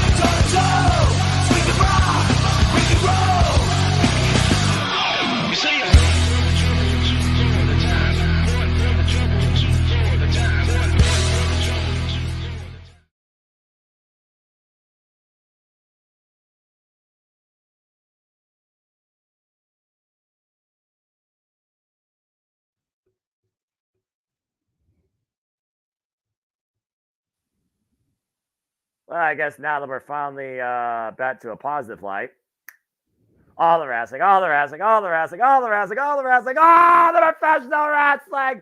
Damn it! And not even all of it's in that trailer yet because New Japan Pro Wrestling had 2 pay-per-views. Oh, God damn it. Damn it, all the hell. Why you do that to us, Noah? It's not his fault. It's New Japan. Well, no, okay, so did they make Resurgence an official pay-per-view? Yeah. Yep. Oh, okay. Yeah, it's been an official pay-per-view since. And that's the second week of May, right? May 11th, 12th, whatever it is. Okay, so we have May 18th for sure. For now, nothing booked. And if they do indeed move Battleground to like June 2nd, wherever it's going to be, there's one weekend in June because we have Forbidden Door in there too. Yep. Yes. Why you do wrestling for? I go see professional wrestling is forever, and I'm grateful for it. Also, Oh, it was yes. a great way to get through some of my favorite songs on my playlist. So, Dude, whatever y'all were doing, I had my PC muted pretty much the most time. Only time I unmuted was as soon as I saw the trailer. Anyway, what are we doing next? I'm tired. WrestleMania. All right, WrestleMania. Oh man, it's gonna be, like I said, the content itself, the matches and the shows themselves, very rarely fail to deliver. Yeah. So the Weeks Are Gonna Die tour will continue on, and like I said to y'all in private, if that tour doesn't kill me, the teenagers will. So either way, yeah. All right. The fact that, you know, as a result of everything from the last topic we discussed, led to the entire AEW pay-per-view calendar schedule being released. Yeah. I mean, thank you. At least now we can be prepared for that, and now it's just a matter of what the WWE will throw at us. Yep. Yeah. Yeah. But And TNA. Yeah. Yeah, and TNA. You're killing me, Smalls. Well, no. What's cool is if we go to Resurgence, JJ, if we figure that out, we can at least tell these, hey, you guys got to cover the commentary because we ain't gonna be there. We'll have to be the guys. Yes. We'll have to be the guys. All right. I always love that. So, now to transition into something a little bit more positive. Yes. A little bit happier. Happy. You know, think happy thoughts, right? Yes. We are going to discuss WrestleMania. Yay! And now for something I hope you really like. And I don't want to be so close-minded that we just get WrestleMania itself, because there has been fallout. Sure. You know, we've seen the Raw after Mania. We called it. It was a live watch along here on the Multiverse Media. Most of us have seen NXT that came after it. Some of us haven't seen SmackDown. But I mean, even if you haven't seen SmackDown, pretty much everybody has heard of the newest signing that joined the bloodline. Yes. Yes. Which I'm sure plays into Arlene's $10 super chat, which thank you very much, Arlene. Are we getting a face Heyman? That's going to be interesting because aside from in ECW, as the owner of ECW, very rarely does babyface Paul Heyman work. Yeah. Paul Heyman is the type of guy that always works best as a heel. Yes. I still haven't seen SmackDown. I don't know how the segment played out. I just know that Tama Tonga is now a WWE roster member. Mm-hmm. Could Roman and Paul Heyman become part of this new bloodline? Could we get Paul Heyman to turn his back on Roman? Like, yeah. Again, if something has already happened, please do not say so in the comments because I don't know what went down. Oh, okay. It's just speculation here, and for the people putting their questions in the comments, attach a super chat and it'll get answered. Otherwise, Yes. Because you'll know better. Yeah, seriously. Or else I will break out the banhammer because you do know better. Wait, whoa. But yeah, it's just like, could what we know as the bloodline be absorbed into this and Roman and Heyman go along? Or will Heyman turn on Roman to continue being the wise man for this new bloodline? I think that is the ultimate question here. Yes. So, without going into spoiling SmackDown for you and those of you that did not get to watch yesterday. And let me just, before you continue, let me just say I am going to go off camera here because I was just given dinner. Oh, okay. That way I can eat and not be on camera, but I will be hearing what you say. Mm-hmm. Okay, so you will be hearing it. So, okay, then I'll try to augment even further. There has been an image floating around since the events of SmackDown yesterday that features one side of the family against another. Again, I believe what you want to believe, but I think the way Paul was presented yesterday indicates to me that without the presence of the tribal chief, which was pretty much a foregone conclusion because of the way the A&E special played out, that if I lose, that's it, I'm out of here, is pretty much what he said. Without the presence of the tribal chief in the flesh, Paul is going to lose control of the situation very quickly. Evidenced heavily last night. Again, I'll wait till JD sees it and we'll talk more about it during the course of the week. But for me, Paul Heyman, Paulie Dangerously the character, Paul Heyman the character, has always seen which way the wind is blowing. Mm-hmm. And grabbing onto the money train before it pulls out of the station.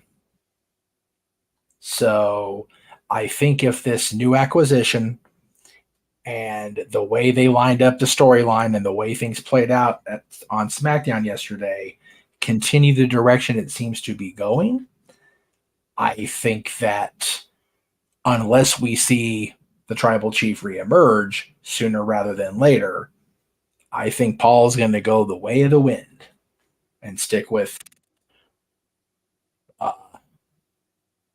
the sons of Rikishi and Haku. Because if there's one thing above all else we know in wrestling is do not fuck with Haku. Mm-hmm. Or his kids. So I think Paul will be wise to realize that not only does the money go the way of this new bloodline, but so does his health and well-being. And to Emmanuel's point, Paul's been very quick to turn on his friend Rob Van Dam when the money was there. Very quick to turn on Brock Lesnar when he thought the money was there, and storyline purposes. Very quick to suckle the teat of Vince McMahon less than 2 years after reading the riot because Stephanie was getting fired. Oh, I got a GM spot. Hey, pal. Very quick to jump off of that train when he was going to have to end up working for Eric Bischoff. And no, I'm out of here. Okay, bye. So the character Paul Heyman is just as wise as Paul Heyman the man. So if it's me, it's not necessarily a face turn. It's a let's just see how much influence I have and how much I can get away with on one side or the other. Mm-hmm. Still a Paul Heyman guy. Will be for life. But Paul Heyman the character is going to have a lot of redefining here in the next few weeks and the next few months. And if we do get the bloodline imploding, for lack of a better term, and having a battle on screen, I think that's where we're going to get his final decision. Let's keep in mind, if nothing else, Paul Heyman knows how to be manipulative. Yeah. Oh, yeah. Yep. He knows how to play every angle to make sure that he is taken care of. Sure. He said it in that promo to Vince McMahon.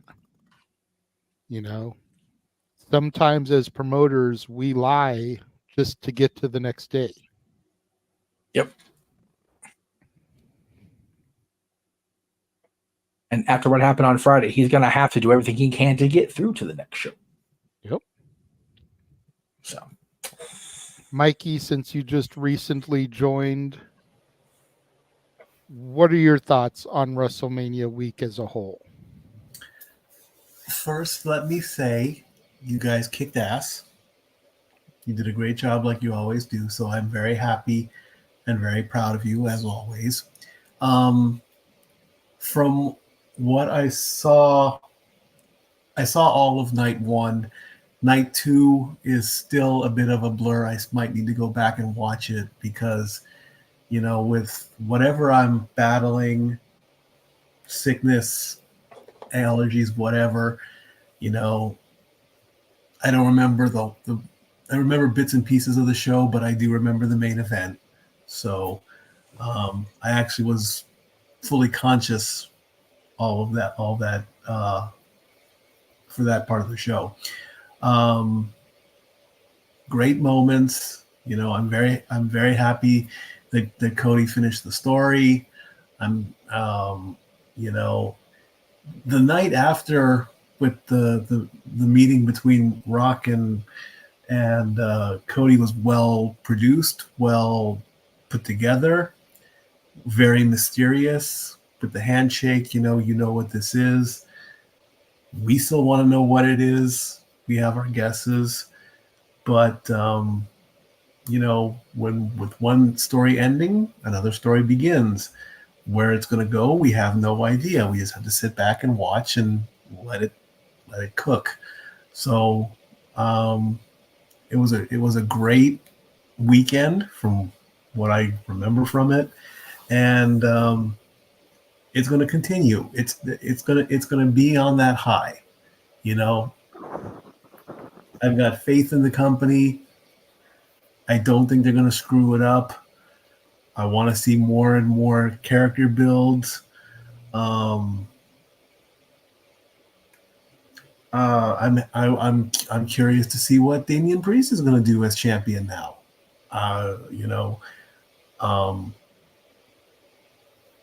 This is his moment to shine. This is his moment to step up. A recent photo had come out that showed a young Damian Priest. He was doing the security thing or the talent thing, and that was 10 years ago. Would I have said, hey, this guy's going to be a future WWE champion? No. So I'm kind of eating crow on that. Look at him now. He is the champ. So let's see where he goes with it. Let's see where Judgment Day goes. Okay, yeah, Judgment Day lost the tag belts, but Damian gained the title. Rhea kept her belt. Don't know where Dom Dom's going. Don't know where Finn's going to go. And R-Truth is a national treasure, and congrats to him too. So overall, a great success. Let's see where it goes from there. R-Truth is not part of the Judgment Day. Damn it! Tell that to him. Even he doesn't. Even he doesn't know what. He doesn't even know what planet he's on right now. Why would he? He's on planet Jarrett. Okay, there you go.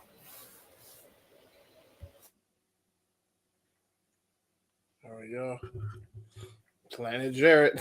Wee woo, wee Wee woo. woo, wee woo. Now, hang on. He's at WWE. It's at least Planet Stasiak. That's a deep reach for something I know. Wait, hold on. Let me do Planet Stasiak then. Oh! There you go. No, that was prior to Planet Stasiak. That was just Sean being a dipshit. That's true. That's true. Damn it. That's true. He's a chiropractor now. He's trying to put people back together. There's a thought. Anyway. Yeah, that's true. Good old meat. Noah, before I throw it over to you, I just wanted to show this adorableness that permeated my Twitter feed this afternoon. Oh. Can't see it. Oh, good Lord. He's so adorable. She's just the best. She's the best. For those of you that don't know who that is Cody Rhodes's Y. Yep. Finish the story, Papa.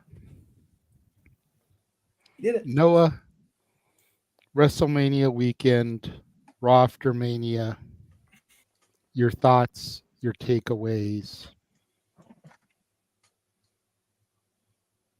Truly enjoyed it. I mean, again, like I said, it felt like the best WrestleMania I've ever seen. Best since WrestleMania 19 when I last truly cared about WrestleMania versus being a 1 to 2 night card.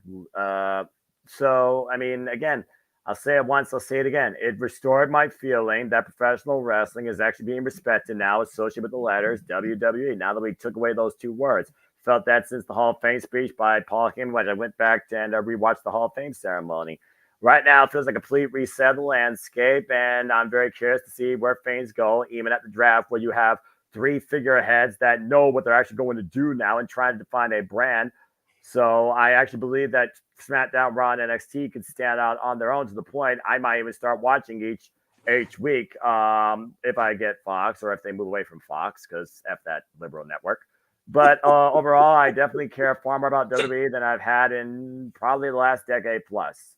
WrestleMania was truly special. I'm glad that Bayley finally got her moment. Deserved it, damn it. I'm glad that Cody finally was able to finish his story. And to those that aren't, too bad, so sad. Move on. You'll live. I definitely felt that Rhea Ripley had a great match with Becky Lynch despite Becky's health conditions and the fact that Michael Cole is a pussy that can't handle Midwest weather being from Texas. The Snoop Dogg thing, the Jin thing, the Taylor Swift brother on brother family tree nonsense. Fuck all that shit. Don't give a fuck. Overall, though, WrestleMania weekend was just a fun time. Not just WWE, but everything in general. Absolutely loved Ring of Our Supercard of Honor, despite the fact Don Callis confused me even more than before. Thoroughly enjoyed the Stardom pay-per-view and the generational battle with Alex Shelley and Nick Nemeth. Your NXT. This NXT had truly stood and delivered. These NXT PLEs continue to impress me more and more and more from a top-to-bottom showcasing. Very excited to see what happens to Julia, former World of Stardom champion, now part of the NXT ecosystem, it seems, especially with the new inception of the NXT North American Championship. And overall, it's just a great, phenomenal time to once again be a fan truly of professional wrestling across the board. No matter what company you're looking at, if you look at just the work rate, the talent, the storytelling, the showcasing in the ring versus the the other stuff that people live off of because they don't have a life outside their phone or have to know everything because they have to be connected to it for whatever reason, whether paid or unpaid. Really enjoyed it. I will say this. I did not watch SmackDown, but my friend from church, Paul Mead, of course, you know him. He was there at SmackDown Live in Detroit.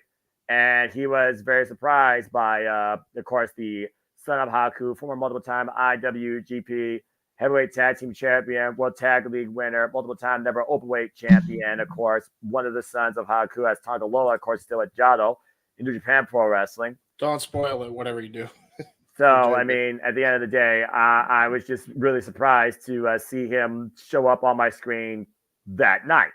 And it truly feels like you might be in for a bloodline civil war, because I can't remember the last time I saw necessarily the idea come to fruition that you might see Paul Heyman vulnerable. Because as far as I'm concerned, as far as I've seen him, Wise Man's always been in control of the situation. So I'm on the ride right now with WWE. I'm planning to go to Raw when it comes to Toledo. I might go to SummerSlam. I might go to Toronto. Haven't decided on either of those yet. But I definitely am far more invested again in the letters WWE, now that's being defined by Paul Triple H Levesque, showcased and being portrayed as professional wrestling. Let's see where this goes. Guy, you have no idea how much it warms my heart to hear you say that you're on board with WWE after the way you were 2 years ago. Yep. The growth there just makes me feel so proud. Well, it's not his growth; it's the growth of the company. To be sure. No. What we do, JJ, is we get you and me and Dwayne on a trio for Noah. What can we say except you're welcome? No, do not animal that. God damn it. Quiet and you. While it may be the growth of the company as well, you know, it's also a personal growth, because I know, and Noah has said as much, that my energy helped with it. So it does mean a lot to hear that, and especially for him to put over NXT, right, which will never be the level of his NXT. But with every PLE, it seems to be inching ever closer. Mm-hmm. Yeah. It's very telling, Jay, that I remember when I first started watching, it was like the celebrities that would appear at WrestleMania, it was like they were like there and they were kind of like, I don't know if I want to do this, if I want to be here. This is kind of a lowbrow thing, especially that WrestleMania, which was deep in the Gulf War, and it was just a mess. Man, there's people clamoring now. There's cities bidding now. There's cities that get entire, revenue streams for the community revolving around this show. Mm-hmm. It's beautiful, man. God, I can't even believe the fact that over 2 days, I was a part of a crowd that totaled 160-something thousand people last year. Got sick as a fucking dog from it, but that's a whole other chapter to the book. Yeah, it was so gratifying as a fan to have that validated. It's validating this year as a content creator. Go, you know what? We made the right decision to keep covering this stuff when we were told, not going to happen. Not going to go be a thing. And like I keep telling everybody, if they're in Vegas this year or next year, there will be a multiverse party. We will get there. No party like a multiverse party. Whoop. And if they bring all the companies to Vegas, including AEW, if he's still part of it, I will get out somewhere on the strip and do the Fargo strut with Jeff Jarrett just for Noah. Wee woo, wee woo, all the way down fucking Las Vegas Boulevard. I will do that with my stupid cowboy hat on. That I said this is JM. I'll be in my hotel room in one of those self-driving Teslas to the venue. You dick. The problem with that, if you do that, Jeff, I feel like people are gonna confuse that as like a fucking police siren. Well, no. See, as long as I don't wear the Jarrett pajama outfit like he wore at the Rumble with his man titties hanging out, I'll be okay in Vegas. Yeah, that's fair. That is. Nobody see Jeff Beecham like that. Jeff Jarrett pulled it off, barely. That is true. Jeff Beecham like that is a no, Jeff. That's a bad Jeff. Go back to your hotel room, Jeff. But if they're in Vegas this year, hell, if they're in Vegas all the next few years, we going. That's fair. Won't be a thing because it's right there. Well, right. Yeah. James, your turn, good sir. I mean, I said it a couple weeks. It feels like a couple weeks ago because of the last crap has been a lifetime ago now. But no, I said it a week ago now that this is the greatest week that I could think of to be a pro wrestling fan because there was not a single bad match on the card that I saw that week. And he said the same thing. He's seen more than me. And really, when you talking, I mean, you had one bad match. It was one match out of, and it wasn't even their guys' fault, right? So out of all weekend for it to just be a one bad match thing that's a rarity. Yep. I mean, there must have been at least hundreds of matches to take place during that weekend. Hundreds of storylines going on, not just in WWE, but in other wrestling companies as well. You know, I got to see Mark Briscoe finish his story and Cody finish his story. And, just, guys that I've been following for a very long time, get their just due. Got to see The Rock win at WrestleMania and not necessarily call that. You guys called that. I can only imagine how you guys were feeling that night when that happened. But to see The Rock win live at WrestleMania, I hadn't seen that in years. You know what I mean? I saw that the last time I saw that was Cena. I didn't even see that live. I had to go on tape delay and watch it because. Priorities at that point in my life were a thing. But to just go back and see everything the way it just kind of laid out in real time was something special to me. Everything was brilliant. WWE capped it off with the best probably WrestleMania since 19. And that's a lot of praise because everybody knows how much I love 19. I have a whole let's play of it, playing the game. So, yeah, I loved every single minute of that. Loved every match, loved every show, and one bad match. That means you must have been doing a pretty good job all across the board, industry wide. So, yeah, there you go. Of the shows we cover, not counting Raw after Mania, 45 matches between Bloodsport and the end of Night 2 Mania, and there's one bad one. Yeah, I'll take that every fucking day. Yeah, for real. That's what I'm every saying. day of the week, man. What's the bad one? Jimmy versus Jay? No, Dalton and Johnny, and like I said, Dalton Castle's always been an acquired taste, especially for people in the room here. Number one, number two, it was gutted because the reason for the match was a stipulation of the boys, and the boys got their asses fired. Yep. Because of stupidity on the Booker's part. So, again, is it really their fault? Both and. What I mean is it Johnny and Dalton's fault the match was bad? Oh, no, I've never been a fan of Dalton's presentation. I think it's a little much, and this whole spiral of him going downward has been but the reason he was spinning was because he lost custody of his boys. If he doesn't have the boys, what the fuck are we doing here? So, but one bad match out of 45 was my point. The positive point. Yeah, seriously. I will take that and run. That's great. I mean, and don't get me wrong. If you're talking about the worst match of the weekend for Mania itself, yes, it's Jimmy and Jay, but I didn't even think it was that bad. People are shitting way too much on that match. They really are. To me, supposedly respected critics from NorCal gave it 0.75 stars. Yeah, there's some of that across the board on one of his chief subscribers podcast network this week, and it's like, what were you watching? What were you watching? But hold on, let the host direct it. Sorry.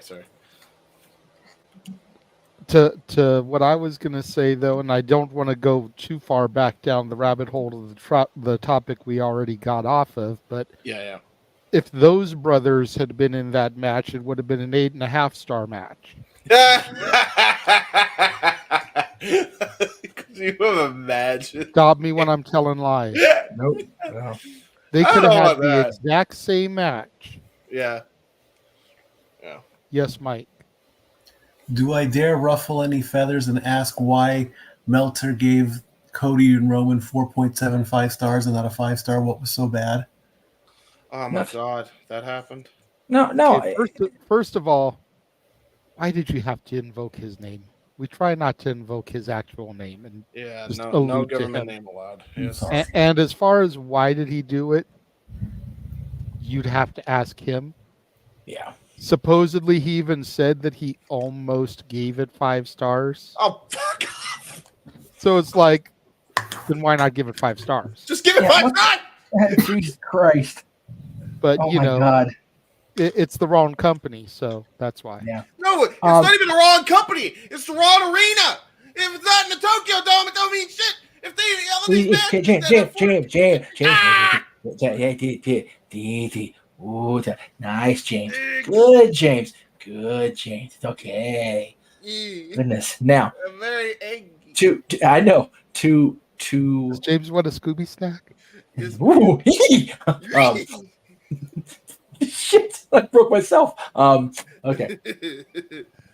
To go off of the Usos match, the other prominent voting thing that's been cited here recently by certain promoters, it only got a 2.87 rating based on 700 and something votes. So it is getting a lot of shit talk. I don't see it myself personally. Was it a little? It was probably more deflated than it could have been. But again, there was so much emotion within the context of the entire storyline that was passed or generated by Rock and Roman and Cody and Seth. Jimmy and Jay just kind of, oh, that's right, they're here too. That's kind of what they felt like at that point. Again, I don't think that's Jimmy or Jay's fault. I don't think it's them putting the match together's fault. I think that's pumping the storyline of the bloodline as a whole with too much. Yep. And Jimmy and Jay being like the sacrificial lambs, almost like, they're not really important. Bullshit, they're not important. Yeah. And to add to that, with what we saw without spoiling it, I think there's a reason the match went the way it did.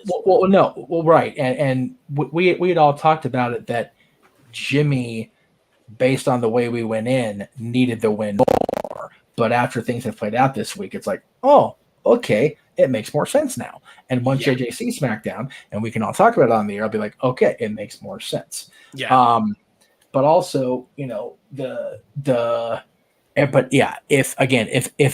if you're going to be one of those people that clings to, this is a bad match.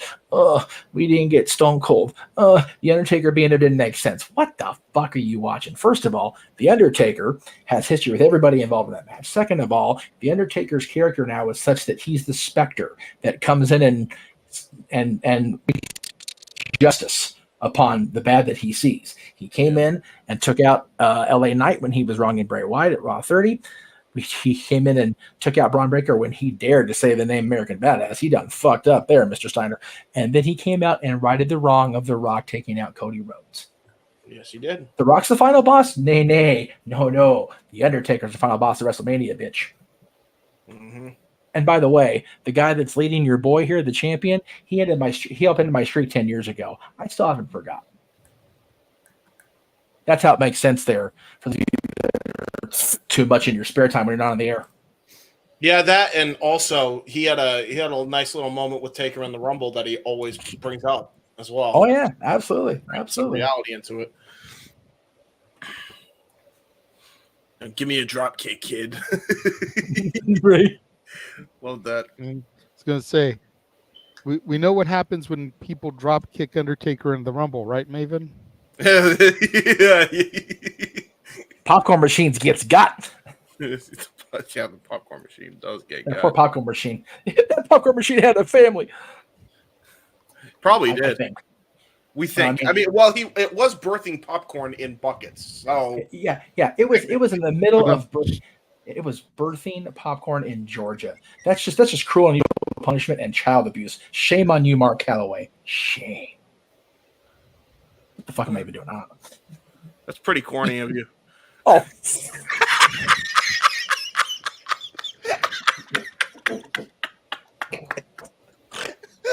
almost passed out of my own joke. Noah, we try to go give for him the line for me, please. Noah, What? we need the line. Oh, yeah, sorry. I was doing other stuff. I didn't even hear what he said, but he must have did something that was stupid or innuendo-based. So, okay. No. Damn it, James, you freaking idiot! I deserve that. We try to go for a kernel of seriousness, and we see what happens. You're not helping me, Chim. Oh, well, I did. You know exactly what you did. I didn't do nothing. I just sitting here doing my shows. I did nothing. He said a funny joke. I did. We had popcorn earlier during the other part of the show. I just go with the theme. It's the theme of the night. It's popcorn night here in Open Mic Night. Popcorn? It's where the popcorn ended up being. It ended up being in Noah's little box there. Oh, actually, it's on my shelf. Still have plenty left for. Well, there you go. I come home from church. There you go. Can I say kept Broadway pretty good for mix. 20 years out of Georgia. Pretty good. Broadway mix, caramel and cheddar popcorn. Oh, that sounds good. That does sound great. It does. The best sweet and salty combination I could think of.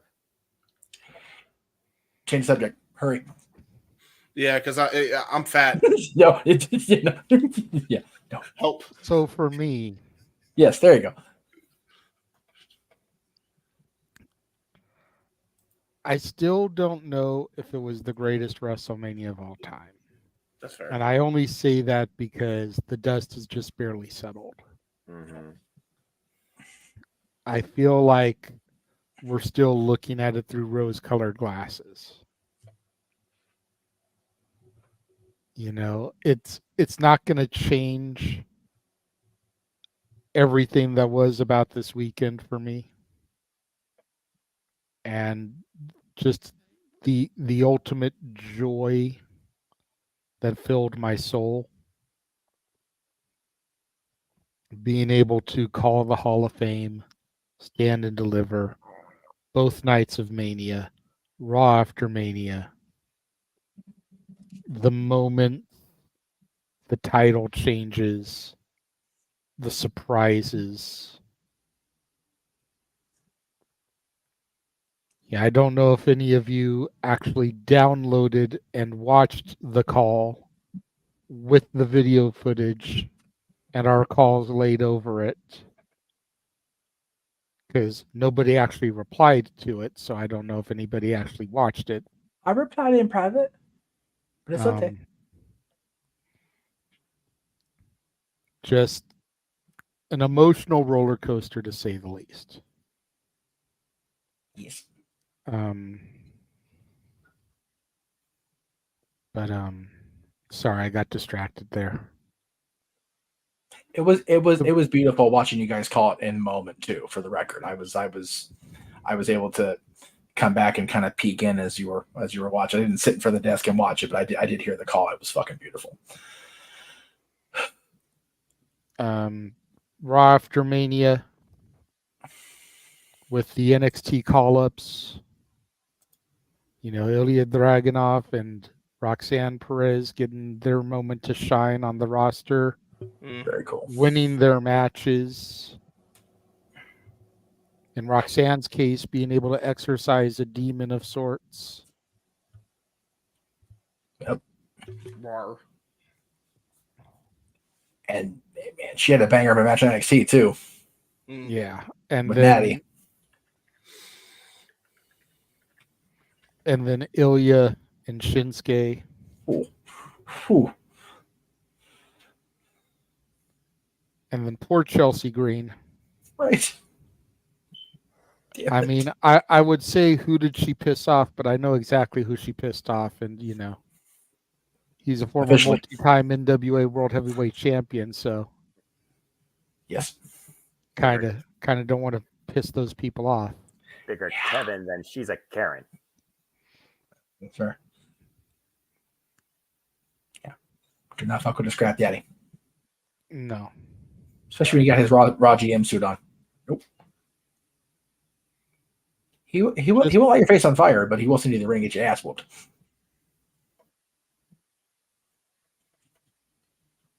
Just all in all, I think it was a fantastic week plus, because you really do have to go back to the Bloodsport X. Yeah. Mm-hmm. Yeah, I still haven't seen any of that stuff yet, but from all accounts, it was fantastic shit. So yeah. That's a company I never watched before, or thing I never watched before. It was cool just to be part of the production side of it. Going back and watch, it was like, wow, this is different, but it's still fun to watch.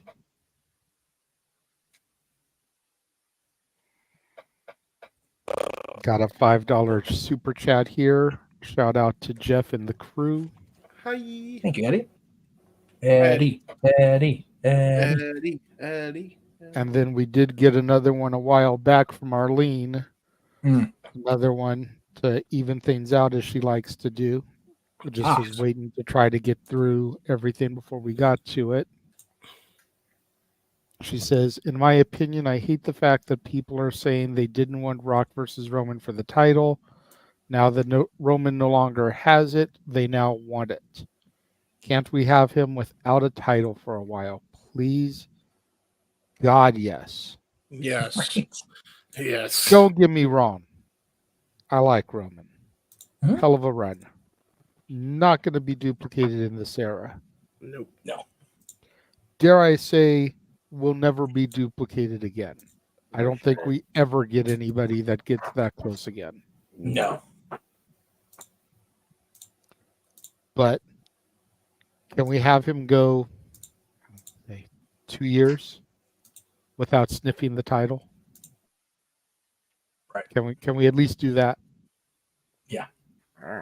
I understand that he may be one of the guys the WWE wants as the face of the company. But can we at least give him a couple of years away from the title? Exactly. You know, let Cody cook. Let LA Knight get to that point. Let's get Drew a good title run under his belt, assuming we can get him to re-sign and stay with the company. Yeah. You know, let's test the waters here with Priest. Let's maybe get, and I can't believe I'm saying this, let's maybe get a Dominic Mysterio world title run before we give it back to Roman. Wow. I don't know if I would have said that 2 years ago. Oh, definitely 2 years ago. But the Dominic Mysterio that we're getting every week on our TV, he's got it in him to be that super heel champion. Yeah. You know, I hate comparing him to this caliber, but he could be like 80s Horseman Flair. You know, that heel champion that everybody just wants to get, and you see him overcome every odd. Triple H, you know, during the Reign of Terror. Yes. I'm not saying let him hold it that long. Yeah, no. But give Dom a good 6-month run with it. You know, at least maybe Mania through like SummerSlam. I think that would be solid. Gunther is a Raw guy, yes? Yes. As far as we know. Just kind of projecting. It's like Priest has it. I say Drubin's in Scotland. But I really want to see Gunther pick up the title in Berlin. Same. So that either gives Drew only a 2-month reign, or 2.5, or Cody's the one that drops to Gunter, and then Cody's only champion for 5 months. It's like, it's a bitch of a decision. Yeah, it is. And it's like, do I want Drew chasing Gunter into WrestleMania? Do I want Drew chasing Cody into WrestleMania? Do I want Cody chasing Gunter, or it's like, what do I want? And the best part is, again, we're going into a thing like we had going into WrestleMania. There are so many possibilities coming out of WrestleMania where we go. Hell, we could have a Intercontinental champion again Monday night. Mm-hmm. We could have a freshly serious heel Chad Gable if he doesn't win. And we get that match at Backlash. There was not a bad thing for my money, my fandom, my content creation, that bad thing that came out of WrestleMania week. Not at all. Be Except it on camera. maybe the lack of sleep. That's valid. That's valid. Melatonin and CBD has been my best good friends this week. I'll tell you what. Especially Sunday, having to be up at the butt crack of dawn for the Slammies. Okay, yeah, I'm gonna say this here and now. The only fucking way that works next year is if we are in Vegas, because we ain't sleeping anyway. Yeah, no So sleep. fuck it. So fuck it anyway. But if they're gonna be in Minnesota, my ass is sleeping in. We'll cover the Slammies. If something good comes of it, we'll air a clip on the fucking pregame. Like whatever. Because as fun as the Slammies were, it was great to see Big E out there. Great to see Kathy and her Kellys out there. But goddamn, that was 2.5 hours. I could have watched this shit later. But our truth. Oh, okay, and truth in his red square. That's fair. That's Byron Braxton and Kayla Saxton. Jesus Christ. Like I said, keep Nicolas Cage as far away from Ron Killings as humanly possible. And dangerous shit. Let's not overlook the fact that Dominic was on the stage when the Judgment Day won an award, and they cut to a video package where Dominic was in the video clip. Dude, somewhere, and I hate that I'm going to praise this bucktooth buffoon, but somewhere, Kevin Dunn and the old man are sitting back there going, sitting, off site somewhere, not at the show, just going, that was bad. That was bad. Yeah, that was something. Yeah. Of the wrestling cards themselves, not a bad thing. The Slammies, kind of were what they were. But again, the Slammies were what they were, but it was also trial and error. It was. That's why I give them all the rope in the world for this time. Yep. It was the first time back in a while. Yes. It was the first time they tried doing it like on location like that. Yes. There were going to be errors. Yeah. Let it run. Yeah. It was supposed to be a fun show, and it was at the end of the day. Exactly. It may have been fun for wrong reasons. Yes. But it was still fun. I will say this. If we do end of year awards, if they do Slammies next year, whoever did Kathy Kelly's wardrobe for the entire week deserves all the Slammies, all the awards, all the everything. Yes, indeed. She was the best dressed woman on the entire staff all weekend long. She was on point. Samantha? Samantha. Okay. Samantha looked next level WrestleMania Sunday with that green dress she had. She looked fine. Yes, she did. To be fair, at the end though, it was so butt ass cold. She was bundled up in a coat when she was making her emotional announcement because it was so goddamn cold in Philadelphia. That's probably why she was crying. She's like, it's too fucking cold to be doing this shit, but I'm gonna get through, Cody. I nominate the worst dressed wrestler in the entire company to be Dominic Mysterio in his shitty ass Mario overalls. And again, Dominic Mysterio. And God damn it, James, you're gonna break me. We're gonna try to get this. The worst part of that his outfit was we didn't even see him on screen. He was in a pre-tape. What the fuck are we doing? yeah. What are we doing? Dressed in his shitty ass overalls, looking like Mario. Like, it's like lost his way, and they It's like Mysterio. It's like if you're gonna have him do that, at least go down the Mario pipe and then have him be on the pre-tape. Then it makes sense. He's in a parallel universe. It makes more sense. That way. Hey, Dominic Mysterio, let's go. 619.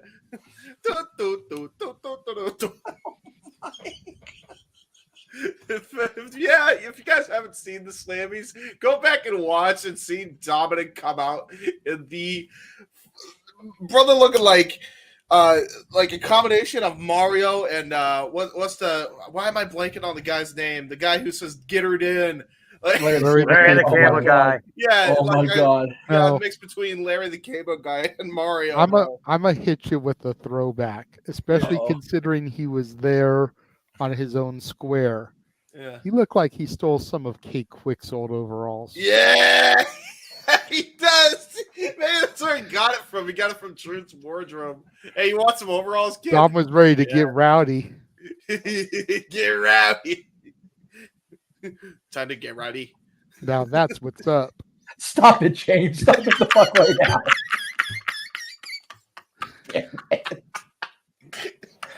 Don't make me laugh too much because I'm going to have the worst coughing fit that I've had all weekend. Stop it. I'm trying. I'm sorry. You're on the wrong show. That if you had the don't wrong laugh. show for that, dog. No fucking kidding. First half of the show is one thing. Oh my God. Besides, the 140 viewers want to see you have a coughing fit. If you want to keep the show going, super chat JJ's channel. We'll just keep the comedy rolling. We'll send Mikey to the hospital. I now want to do a thing where you can just mod Dominic's freaking avatar from that night and put it over Super Mario World Mario, and then just play the game as Dirty Dom. Dun dun dun dun dun dun dun dun dun. Mommy. Partnership. Go to be a Nintendo. Mommy. Mommy. By the way, for those that are wondering, I'm not amused and I'm tired and I work with children. Yes. You're slightly amused, Noah. Come on, we're making video game jokes. We are making video game jokes. Not really. That tie to wrestling. It does relate to positive. Fucking cancer tablets. I'm laughing so hard. Well, to be fair, I mean, if Dominic was dressed up as Mario, if you consider the spikes on Rhea Ripley's hair, she was Sonic. There's that. Gotta go fast. Anyways. I didn't see it. Oh wait, I didn't watch the Slammies either. You're still talking about the Slammies? Because dude, we don't know anymore. We've lost all control of everything. Dude, well, all I'll say is here. But you know what? After the downer first topic, we kind of needed this. I think. Yeah, no, that's valid. That's valid. Oh God, mommy. That was it. I was done. Mommy, no, just mommy. That was it. That's all we needed. That is true. And Jenny's making the hot with people trying to sleep. So God bless him for that shit. That is true. And if you want to change brands instead of the Sega, you can go Vega. Vega. So wait, are we talking about Selena or Street Fighter 2 now? Yeah, Selena Vega. Capcom is Street Fighter. That's a whole different company. So. This is true. There is a character in Street Fighter. It makes sense. See, it all makes sense now. Raw's Nintendo and SmackDown Sega. It all works out. Red Mario and Sonic. It makes sense. Yeah, it's great. So does that make NXT? What is NXT then? PlayStation. So does that make NBA Atari because of how bad it is, how dated it is? Yes. Okay. Yeah. Fair. Yes. Okay, It does. cool. All right. Okay. We should do like a whole. 64. Oh, damn! With the deep cut in the upper left. Yeah, that's a good one. Or one of the original PCs that you'd play the Oregon Trail on. Fucking play NASCAR Thunder on one. Hey, I remember that game. My sister used to play the Oregon Trail. Oregon Trail, Jesus Oregon Christ. Trail was the shit. And Oregon Trail was the shit, man. Yeah, they don't make them like they used to. No, they don't. God damn it. Fucking eating family to survive a fucking truck. Lord. Does anybody else have anything else they would like to add as far as WrestleMania weekend went? WrestleMania weekend, no. Noah's thinking. Noah's thinking. Noah's thinking. I guess Prime's okay. Besides that, not really anything else. Oh yeah. There you go. much more subtly stated mat cover than I thought it was going to be. So at least there was that. Yes. Thank Christ. Because when they showed on SmackDown, it was like, wow, bright colors. It's like, really? Fucking really? But at least at Mania, they had the just like stated like single tone that go, okay, I can fuck with this for a show. That's fine. Yeah. Very good show. A very good light up for the show, by the way. For the Yes. that was nice. Yes. And it was very cool to see Logan Paul post on Twitter outside of being in character and reacting to main event. That was gratifying as fuck. Mm-hmm. Well, he's got issues with Roman too, so there's that too. Well, right, but yeah, but I mean, just everybody coming out, you could see the fan in Logan coming out. Oh yeah, sure. Yes, you know, Cena, Undertaker, Rock, like each of those beats, you're like, okay. It's hard to hate on him when you see that type of footage. And I'm okay with that because now we can shift the dislike to his brother when Tyson kicks his ass. I agree. And we'll be calling that action with me and Walter on the calls. Stay tuned. Yep. Jeff Reacham Network watch along events. Yes, I will. I'm sure Statboy will be there too, since it's an actual sports watch along. It's a sports watch along, Mikey. You want to join us, Statboy? Who that is? What is this? Oh! Speak his name and he shall appear. Here comes Rage of Wrestling. Dun, dun, dun. Hot off the heels of UFC 300, Walter is here just in time to wrap things up. Walter, before we go to our commercial before the shills, is there anything you would like to say as far as WrestleMania week? Highs, lows, memories. You can touch on the stuff that happened on the Fallout, Raw after Mania. Yeah, yeah, I won't talk about SmackDown, although it was good. Yeah, it's all ups and highs for me. There's no low high for me. Go figure. Yeah.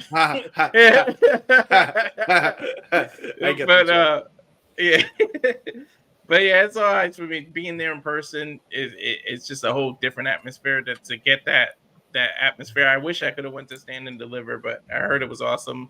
I did see you guys doing your watch along for it, so I got my NXT information from that. But yeah, of course, Cody finally finishing the story. We'll see what happens, and we'll move on from there. But that I tell you about touching on Raw, that has to be the best Raw after Mania in at least 5 years. At least 5 years. At least.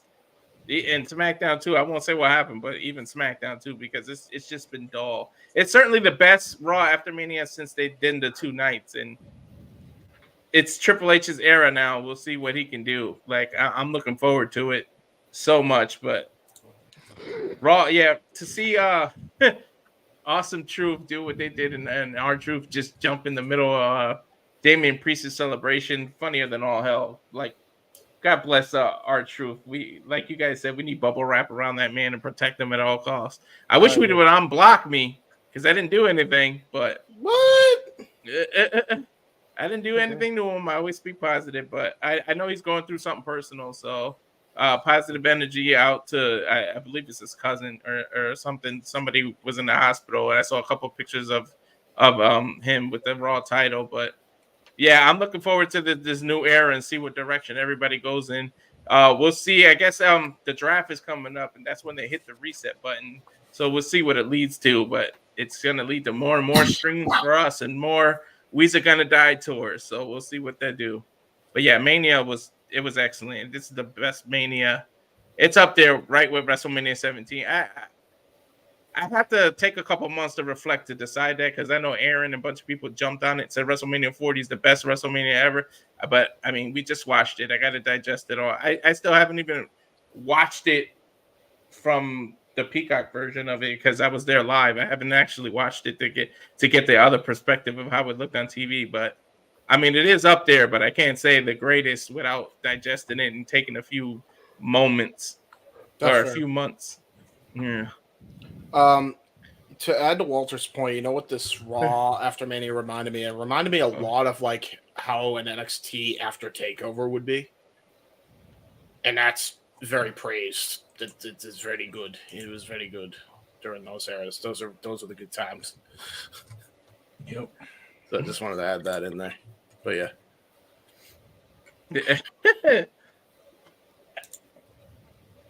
Yeah, but I'm good. You were gonna cut to a commercial, you said, JJ? Well, yeah, because we're just about done now. So we were going to go to commercial, then come back and start doing the shills and everything.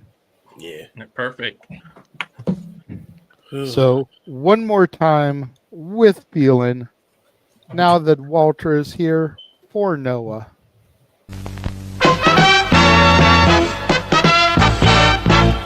And now, preview time.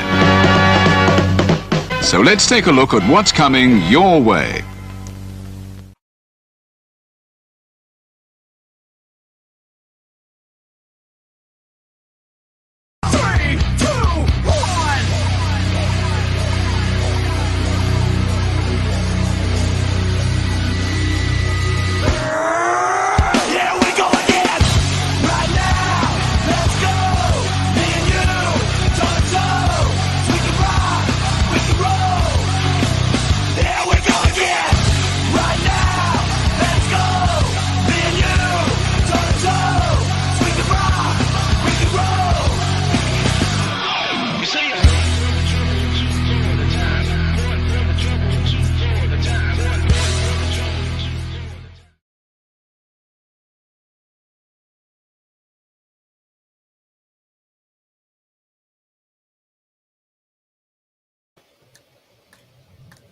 All the wrestling, all the wrestling, all the wrestling, all the wrestling, all the professional wrestling.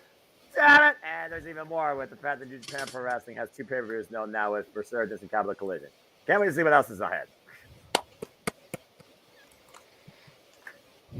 Damn it, I don't want to think about having to add more pay-per-views just yet. As it is, those images are on the screen for 1.7 seconds. Yes. I just love that. Yes. I always give you Noah. I always give you the Damian Sandow treatment. I don't. You can't notice it because they give you the solo, but I'm always like right there mirroring you. That's right. Oh, sweet baby Jesus. No. All right. All right. And now is it me, but is it weird that Noah ain't saying sports entertainment anymore? Yeah, I'm thrown off. I'm like, okay, now what? We should have a memorial for it. We'll do it talk wrestling style. R.I.P. sports. So you know what? Next week on 420, we will do a memorial, a funeral service for sports entertainment. Walter lights one up for sports entertainment. Dad, I was gonna say Colin's gonna be here, so those who partake, feel free to light one up for that dead entity. I'm here for it. Put sports entertainment in the spliff irrelevant myth. Hey, they're getting rid of the word sports entertainment. They're getting rid of the word universal title. They're getting rid of. Fuck yes. Yeah. So people actually saying professional wrestling again. There should be a day long remembered. The shills. Shills. I feel like there's so many things to go through here. Well, yes and no. I mean, a lot of it at the bottom, we just go through really quick, is it's the weekly standards, if you will. So poor JJ. He's so tired. I am. It is. And I know that there's a bunch of stuff that still needs to be done in this kitchen that ain't been done while I've been on the air. So, uh-oh. They done fucked up and found, and they're gonna find out.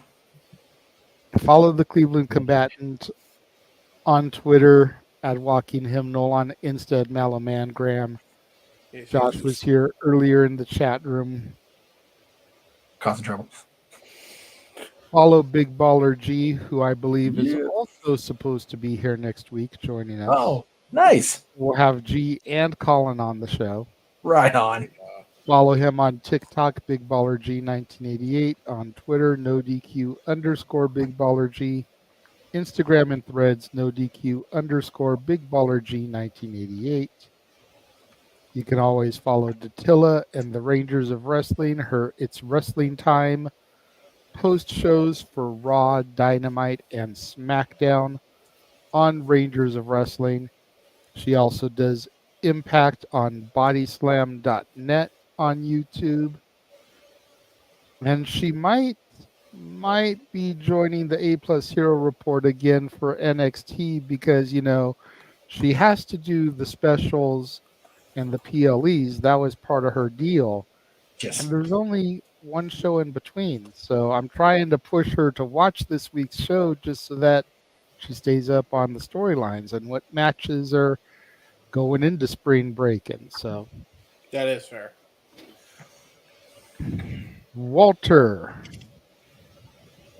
Yes, on X, you can follow me at Walter Alex Cruz. On Cal Fire Farms, the Instagram, and of course the At Rage of Wrestling YouTube. Lots of stuff coming out. We got the top 10. We got the next one. JJ and I are working. We're trying to figure out when we can do this, but the top 10 impactful TNA debuts. And I'm not going to do it. May 4th, UFC is doing 301, but we got backlash from French there. They're doing a watch along on the Jeff Meacham Network, so I won't be doing that watch along for UFC. But just follow for more. I will say, by the way, I saw that knockout from UFC 300. Holy shit. Which one? Holloway or Pereira? Yeah, man. He's a Keep real in mind, Walter, that Backlash in France will be very early in the day.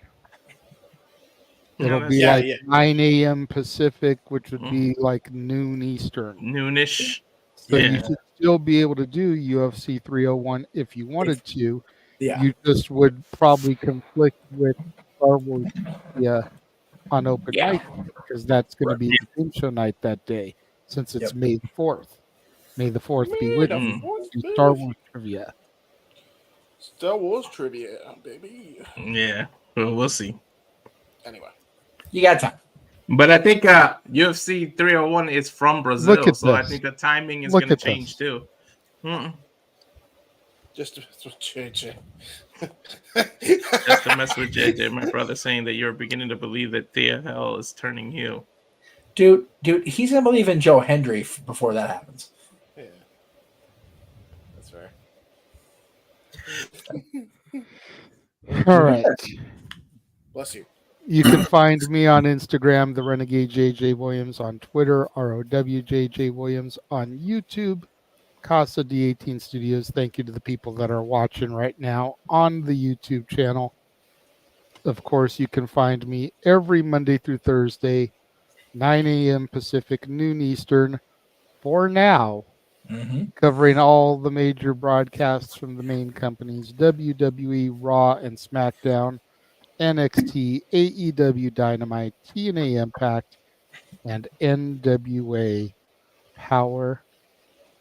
Also, if I can scroll down real quick, make sure you tune in on Tuesday as we once again go inside the mind of the Renegade at noon Pacific, 3 p.m. Eastern, as I discuss, is AEW dead? And what could be done to bring it back to life? Mikey. Pending a major relapse, Sports Bar is scheduled to be on tap this week, Tuesdays at 6 p.m. Eastern, 3 p.m. Pacific. Okay. We've got NHL playoffs and NBA playoffs coming up very, very quickly. The seasons are wrapping up this week. So we're going to definitely looking forward to that. You can follow Dory Lou and I on the Twitter at LBStatKid1977 and Hathaway Lou. Find us on IG at Dory Lou and Statboy13. And there are our Facebook names as well. Remember, use the hashtag StatBoyApproved and StatGirlApproved. And we'll see you all on Tuesday. I'm pretty like I said, unless I wake up in a horrible, disgusting medical mess Tuesday morning, we're doing the show this week for certain. I promise. I heard you kind of stutter step a second there, Jeff. Is everything okay? Well, we had talked about Mikey and I had talked about, since we weren't worried about overlapping streams anymore because we've been simulcasting so much, I was gonna just move everybody back to 7:00 Eastern, 4 Pacific. Oh, okay. Yeah. Cool. You're not talking about that earlier in the week before you got the sticky stick, and we just had to do the show right. Week. So, Gotcha. so yeah. As of now, the plan is to go back to 7:00 just to keep everybody back where they were. Because, like I said, we were gonna. I was overlapping NXT, but we've been simulcasting overlapping so much. And it's like, fuck it. Why am I worried about one day week? Am I worried about the other 6? Yeah, exactly. Ow, that hurt. Fuck me. Anyway, Mr. Greg Cherry. Cheers. The Greg Cherry brand of. Oh, go ahead. Go ahead. I was waiting for you to start, and you weren't doing it, so I was going to go ahead and do it. So sorry, this is lag. That's why. You can follow Greg Cherry on the Greg Cherry brand across all the platforms: Facebook, Instagram, YouTube, and Twix at Greg Cherry brand. And of course, the Greg Cherry show itself is every Wednesday at 7:00 Eastern, 4 Pacific across the Greg Cherry brand and the Jeff Meacham Network YouTube. Maddie and Greg will be there on Wednesday. My attendance is always to be determined last minute, just because of the nature of my Wednesdays, especially with the likelihood of resuming attending our group therapies. So it'll be one of those things. We'll wait and see. But Thursday, I will be there, God help me, to finally defend my Luck of the Draw championship. The third tier of this show is maple syrup after water and eggs. God help me. I need to find some of that like that thin base maple syrup. I'm going to be having to clean up in the car on the way to the fucking hockey game. It's going to suck because the Kings' last game of the regular season on Thursday next week. So yeah, Luck of the Draw, Thursday, April 18th. I don't remember what time. He usually goes somewhere between 5 and 6 p.m. Eastern, 2 and 3 p.m. Pacific. So once I get a time nailed down from the boss, I will definitely let you guys know there. James. You can find me on the social. Normal James. Okay. You can find me on the socials at JHebert95 or on Facebook at James Hebert here. I do really cool things and dumb things on the internets. J Hebert side of things will be again, like, don't even show the other promotions because everything's gotten flopped around, but you can show this graphic. YouTube.com/YouTube/JHebertside95. There's the QR code. JHebertside95 has now got the Punk episode covering the whole nonsense, as JJ alluded to on this podcast. It'll be the very last time I ever talk about this personally. It's going to be a thing. Me and Ryan break down the security footage video and how it was absolutely ludicrous that this is what got everybody in a freaking tizzy, as was said by the former EVP. So there you go. This is before we even had that information. Yeah. So yeah, we're going to be doing that, and then everything will go back to normal after that. 1 in a Million documentary trailers, number 1 and number 2, are available on YouTube.com. Go check out Gary Hebert Hockey. Make sure you hit the subscribe button on his YouTube channel. Both videos, I believe, should take you directly to the YouTube channel, so make sure you hit that subscribe button. And be on the lookout for, I will be having an entire week to my mother's house with this entire PC setup, and that's going to be transferred over to a dining room table, and I'm going to be working hard at that while I'm there babysitting a feline furry cat that I call George. You have seen him in past watch-along events. So I'll be babysitting him, making sure he is fed and being a good boy. So, yeah, that's pretty much everything coming up. Because there is nothing more important in life than make sure your pussy's okay. Exactly. Meow. Noah. Save us, my friend. Everything. Noah, it's your time. Time to plug. Oh, right. Sorry. Save us, my friend. And Foster1916, YouTube, Twitter.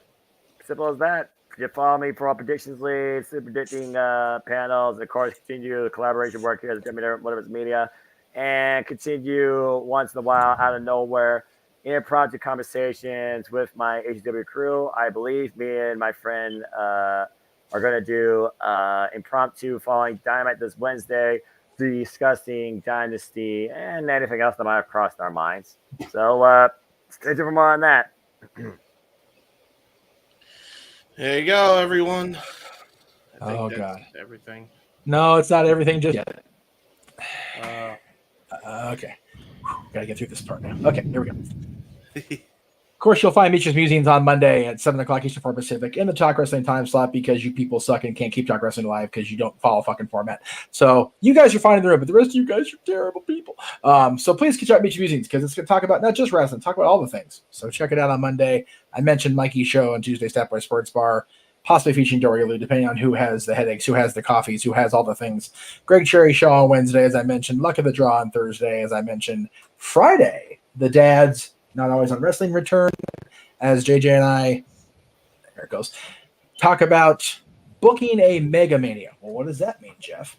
Basically, JJ and I are going through 40 years of WrestleMania matches without repeating a person, taking matches and going, this is what we want to see. If we have to watch only one WrestleMania, we're taking this match, we're taking this match.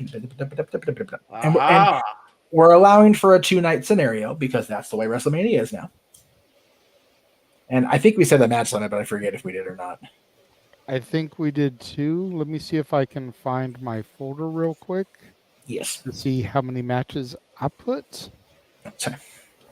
But yeah, we decided that with the 40th WrestleMania in the books, and if we're being real with y'all, not having a whole lot else to come off the top of our heads and go, what can we do this week? Because it's kind of a lame duck week. Because like we're after WrestleMania, we haven't quite hit the stride of the other shows yet because Rebellion and Dynasty aren't till after Friday. So it's kind of one of those, let's just do another wrestling show, make it WrestleMania centric. Fuck it. It's 20 matches total, 10 matches a night. There you go. Was the maximum. So each of us will have our own list, by the way. So yes, because there's no way to do a mutual here. It's like subjective, different tastes. Yeah, look for a 2-hour commitment on a Friday, folks. Just throwing At that out least. there. True At that. least. At least. It usually takes about an hour to go through 10 choices. Yeah. For each of us. Yeah. We're going through 40. We may just bleed into SmackDown. Throwing that shit out there. So once we do that, of course, we'll have SmackDown Friday night. Not watch along. We're just going to enjoy it for once. Rebellion, of course, our coverage of the watch along coverage on Saturday. Datilla not only got her tickets that she didn't want sold, she is going after all. So fucking cool. Happy for her that she got those tickets sold. Just kind of happened out of nowhere, which I thought was really cool for her. Of course, next week we'll be back here, same bat time, same bat channel with more of the shenanigans. Hopefully a little more subdued, but actually hopefully not too at the same time. And then Dynasty, of course, AEW's pay-per-view offering for April will be on the 21st. We'll be on the air at 7 o'clock Eastern for Pacific with the pregame shenanigans. And then 2 weeks from tonight on our non-wrestling week, we will have the return of game night and match game. And Jeff has promised his crew it will not be match game PM, Jeff. There you go. Really quickly to Emmanuel, we're not fantasy booking the show. We are taking matches that already exist. Yes. And making a Supermania. Yes. So clearly we are crazy because we're not fantasy booking shit. No, we did that already. Yeah. We'll do it again for a different show as well. What are you booking for? What are you doing? What are we doing? He's talked about this for a minute. We were just waiting to get past Mania to iron out a date. Okay. Easy there, Seabiscuit. Why you commit me for? I'm already going to be committed after this week as it is. And we are looking for contestants for match game. Yes. Because we do not know if Greg Cherry will be able to be here to defend his crown. Right. We need to discuss with him about that. So we need at least one contestant. Yes. We may need 2 contestants for match game. And Noah said he's producing, so I'll end up hosting. So As long as I can be on the panel again, damn it, because that's fun last time. That shit was I fun. think all I did was literally just that last time. I didn't really need to produce anything. Yeah, that's fair. Yeah, the only reason you had to is because my internet was so the fuck out them. So send it to my channel, Emmanuel. I'll do it. I'll do whatever, Jeff. Just let me know what you want me to do. I've done both producer and host for game shows, so fudge it. We will definitely talk about the next couple of weeks. Also, mentioning that point, thank you to everybody who has super chatted over the last week. Mm-hmm. Once this money clears tonight, if the balance continues in my head the way they usually do with YouTube, I already hit threshold. And I still have a little ways to go, which is why I'm saying send it to my account. So thank you to everybody. This is why we do WrestleMania week so much. Do so much coverage because it's almost a guarantee. So thank you to everybody that has donated in the last 13 days. Yeah. I forgot the fuck day it was. Thank you all very much. It is always refreshing to go to bed and wake up on a Sunday or Monday knowing that everything after today is gravy. So thank you. Especially since we're not at the halfway mark yet. Right? Seriously, we're going to get a halfway to go. Dude, it's bonus point after this. Thank you guys so much.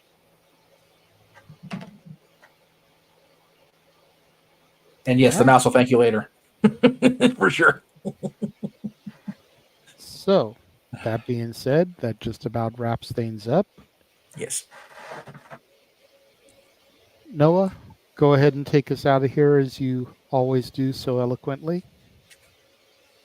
Okay. Man, time flies. Folks, it's been a fun time once again with watching the event and the Saturday Night Shenanigans into Sunday morning. But again, I only wish to encourage you and remind you as always that there are no winners, no losers, there are no betters, just fans of opinions with this passion we all share. So at the end of the day, folks, support one another, respect each other, protect your mentality too. Treasure your families, adjust your life, and enjoy professional wrestling. It is truly as simple as that. There you go.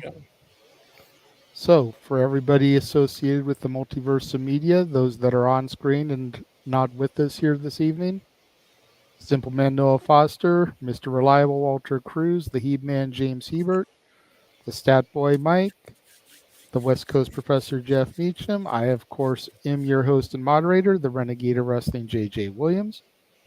Thank you all for joining us and tuning in today, and we will see you guys next time. The Jeff Meacham Network's Multiverse of Media. For over 15 years, the recognized symbol of excellence and the standard bearer in coverage of sports and entertainment.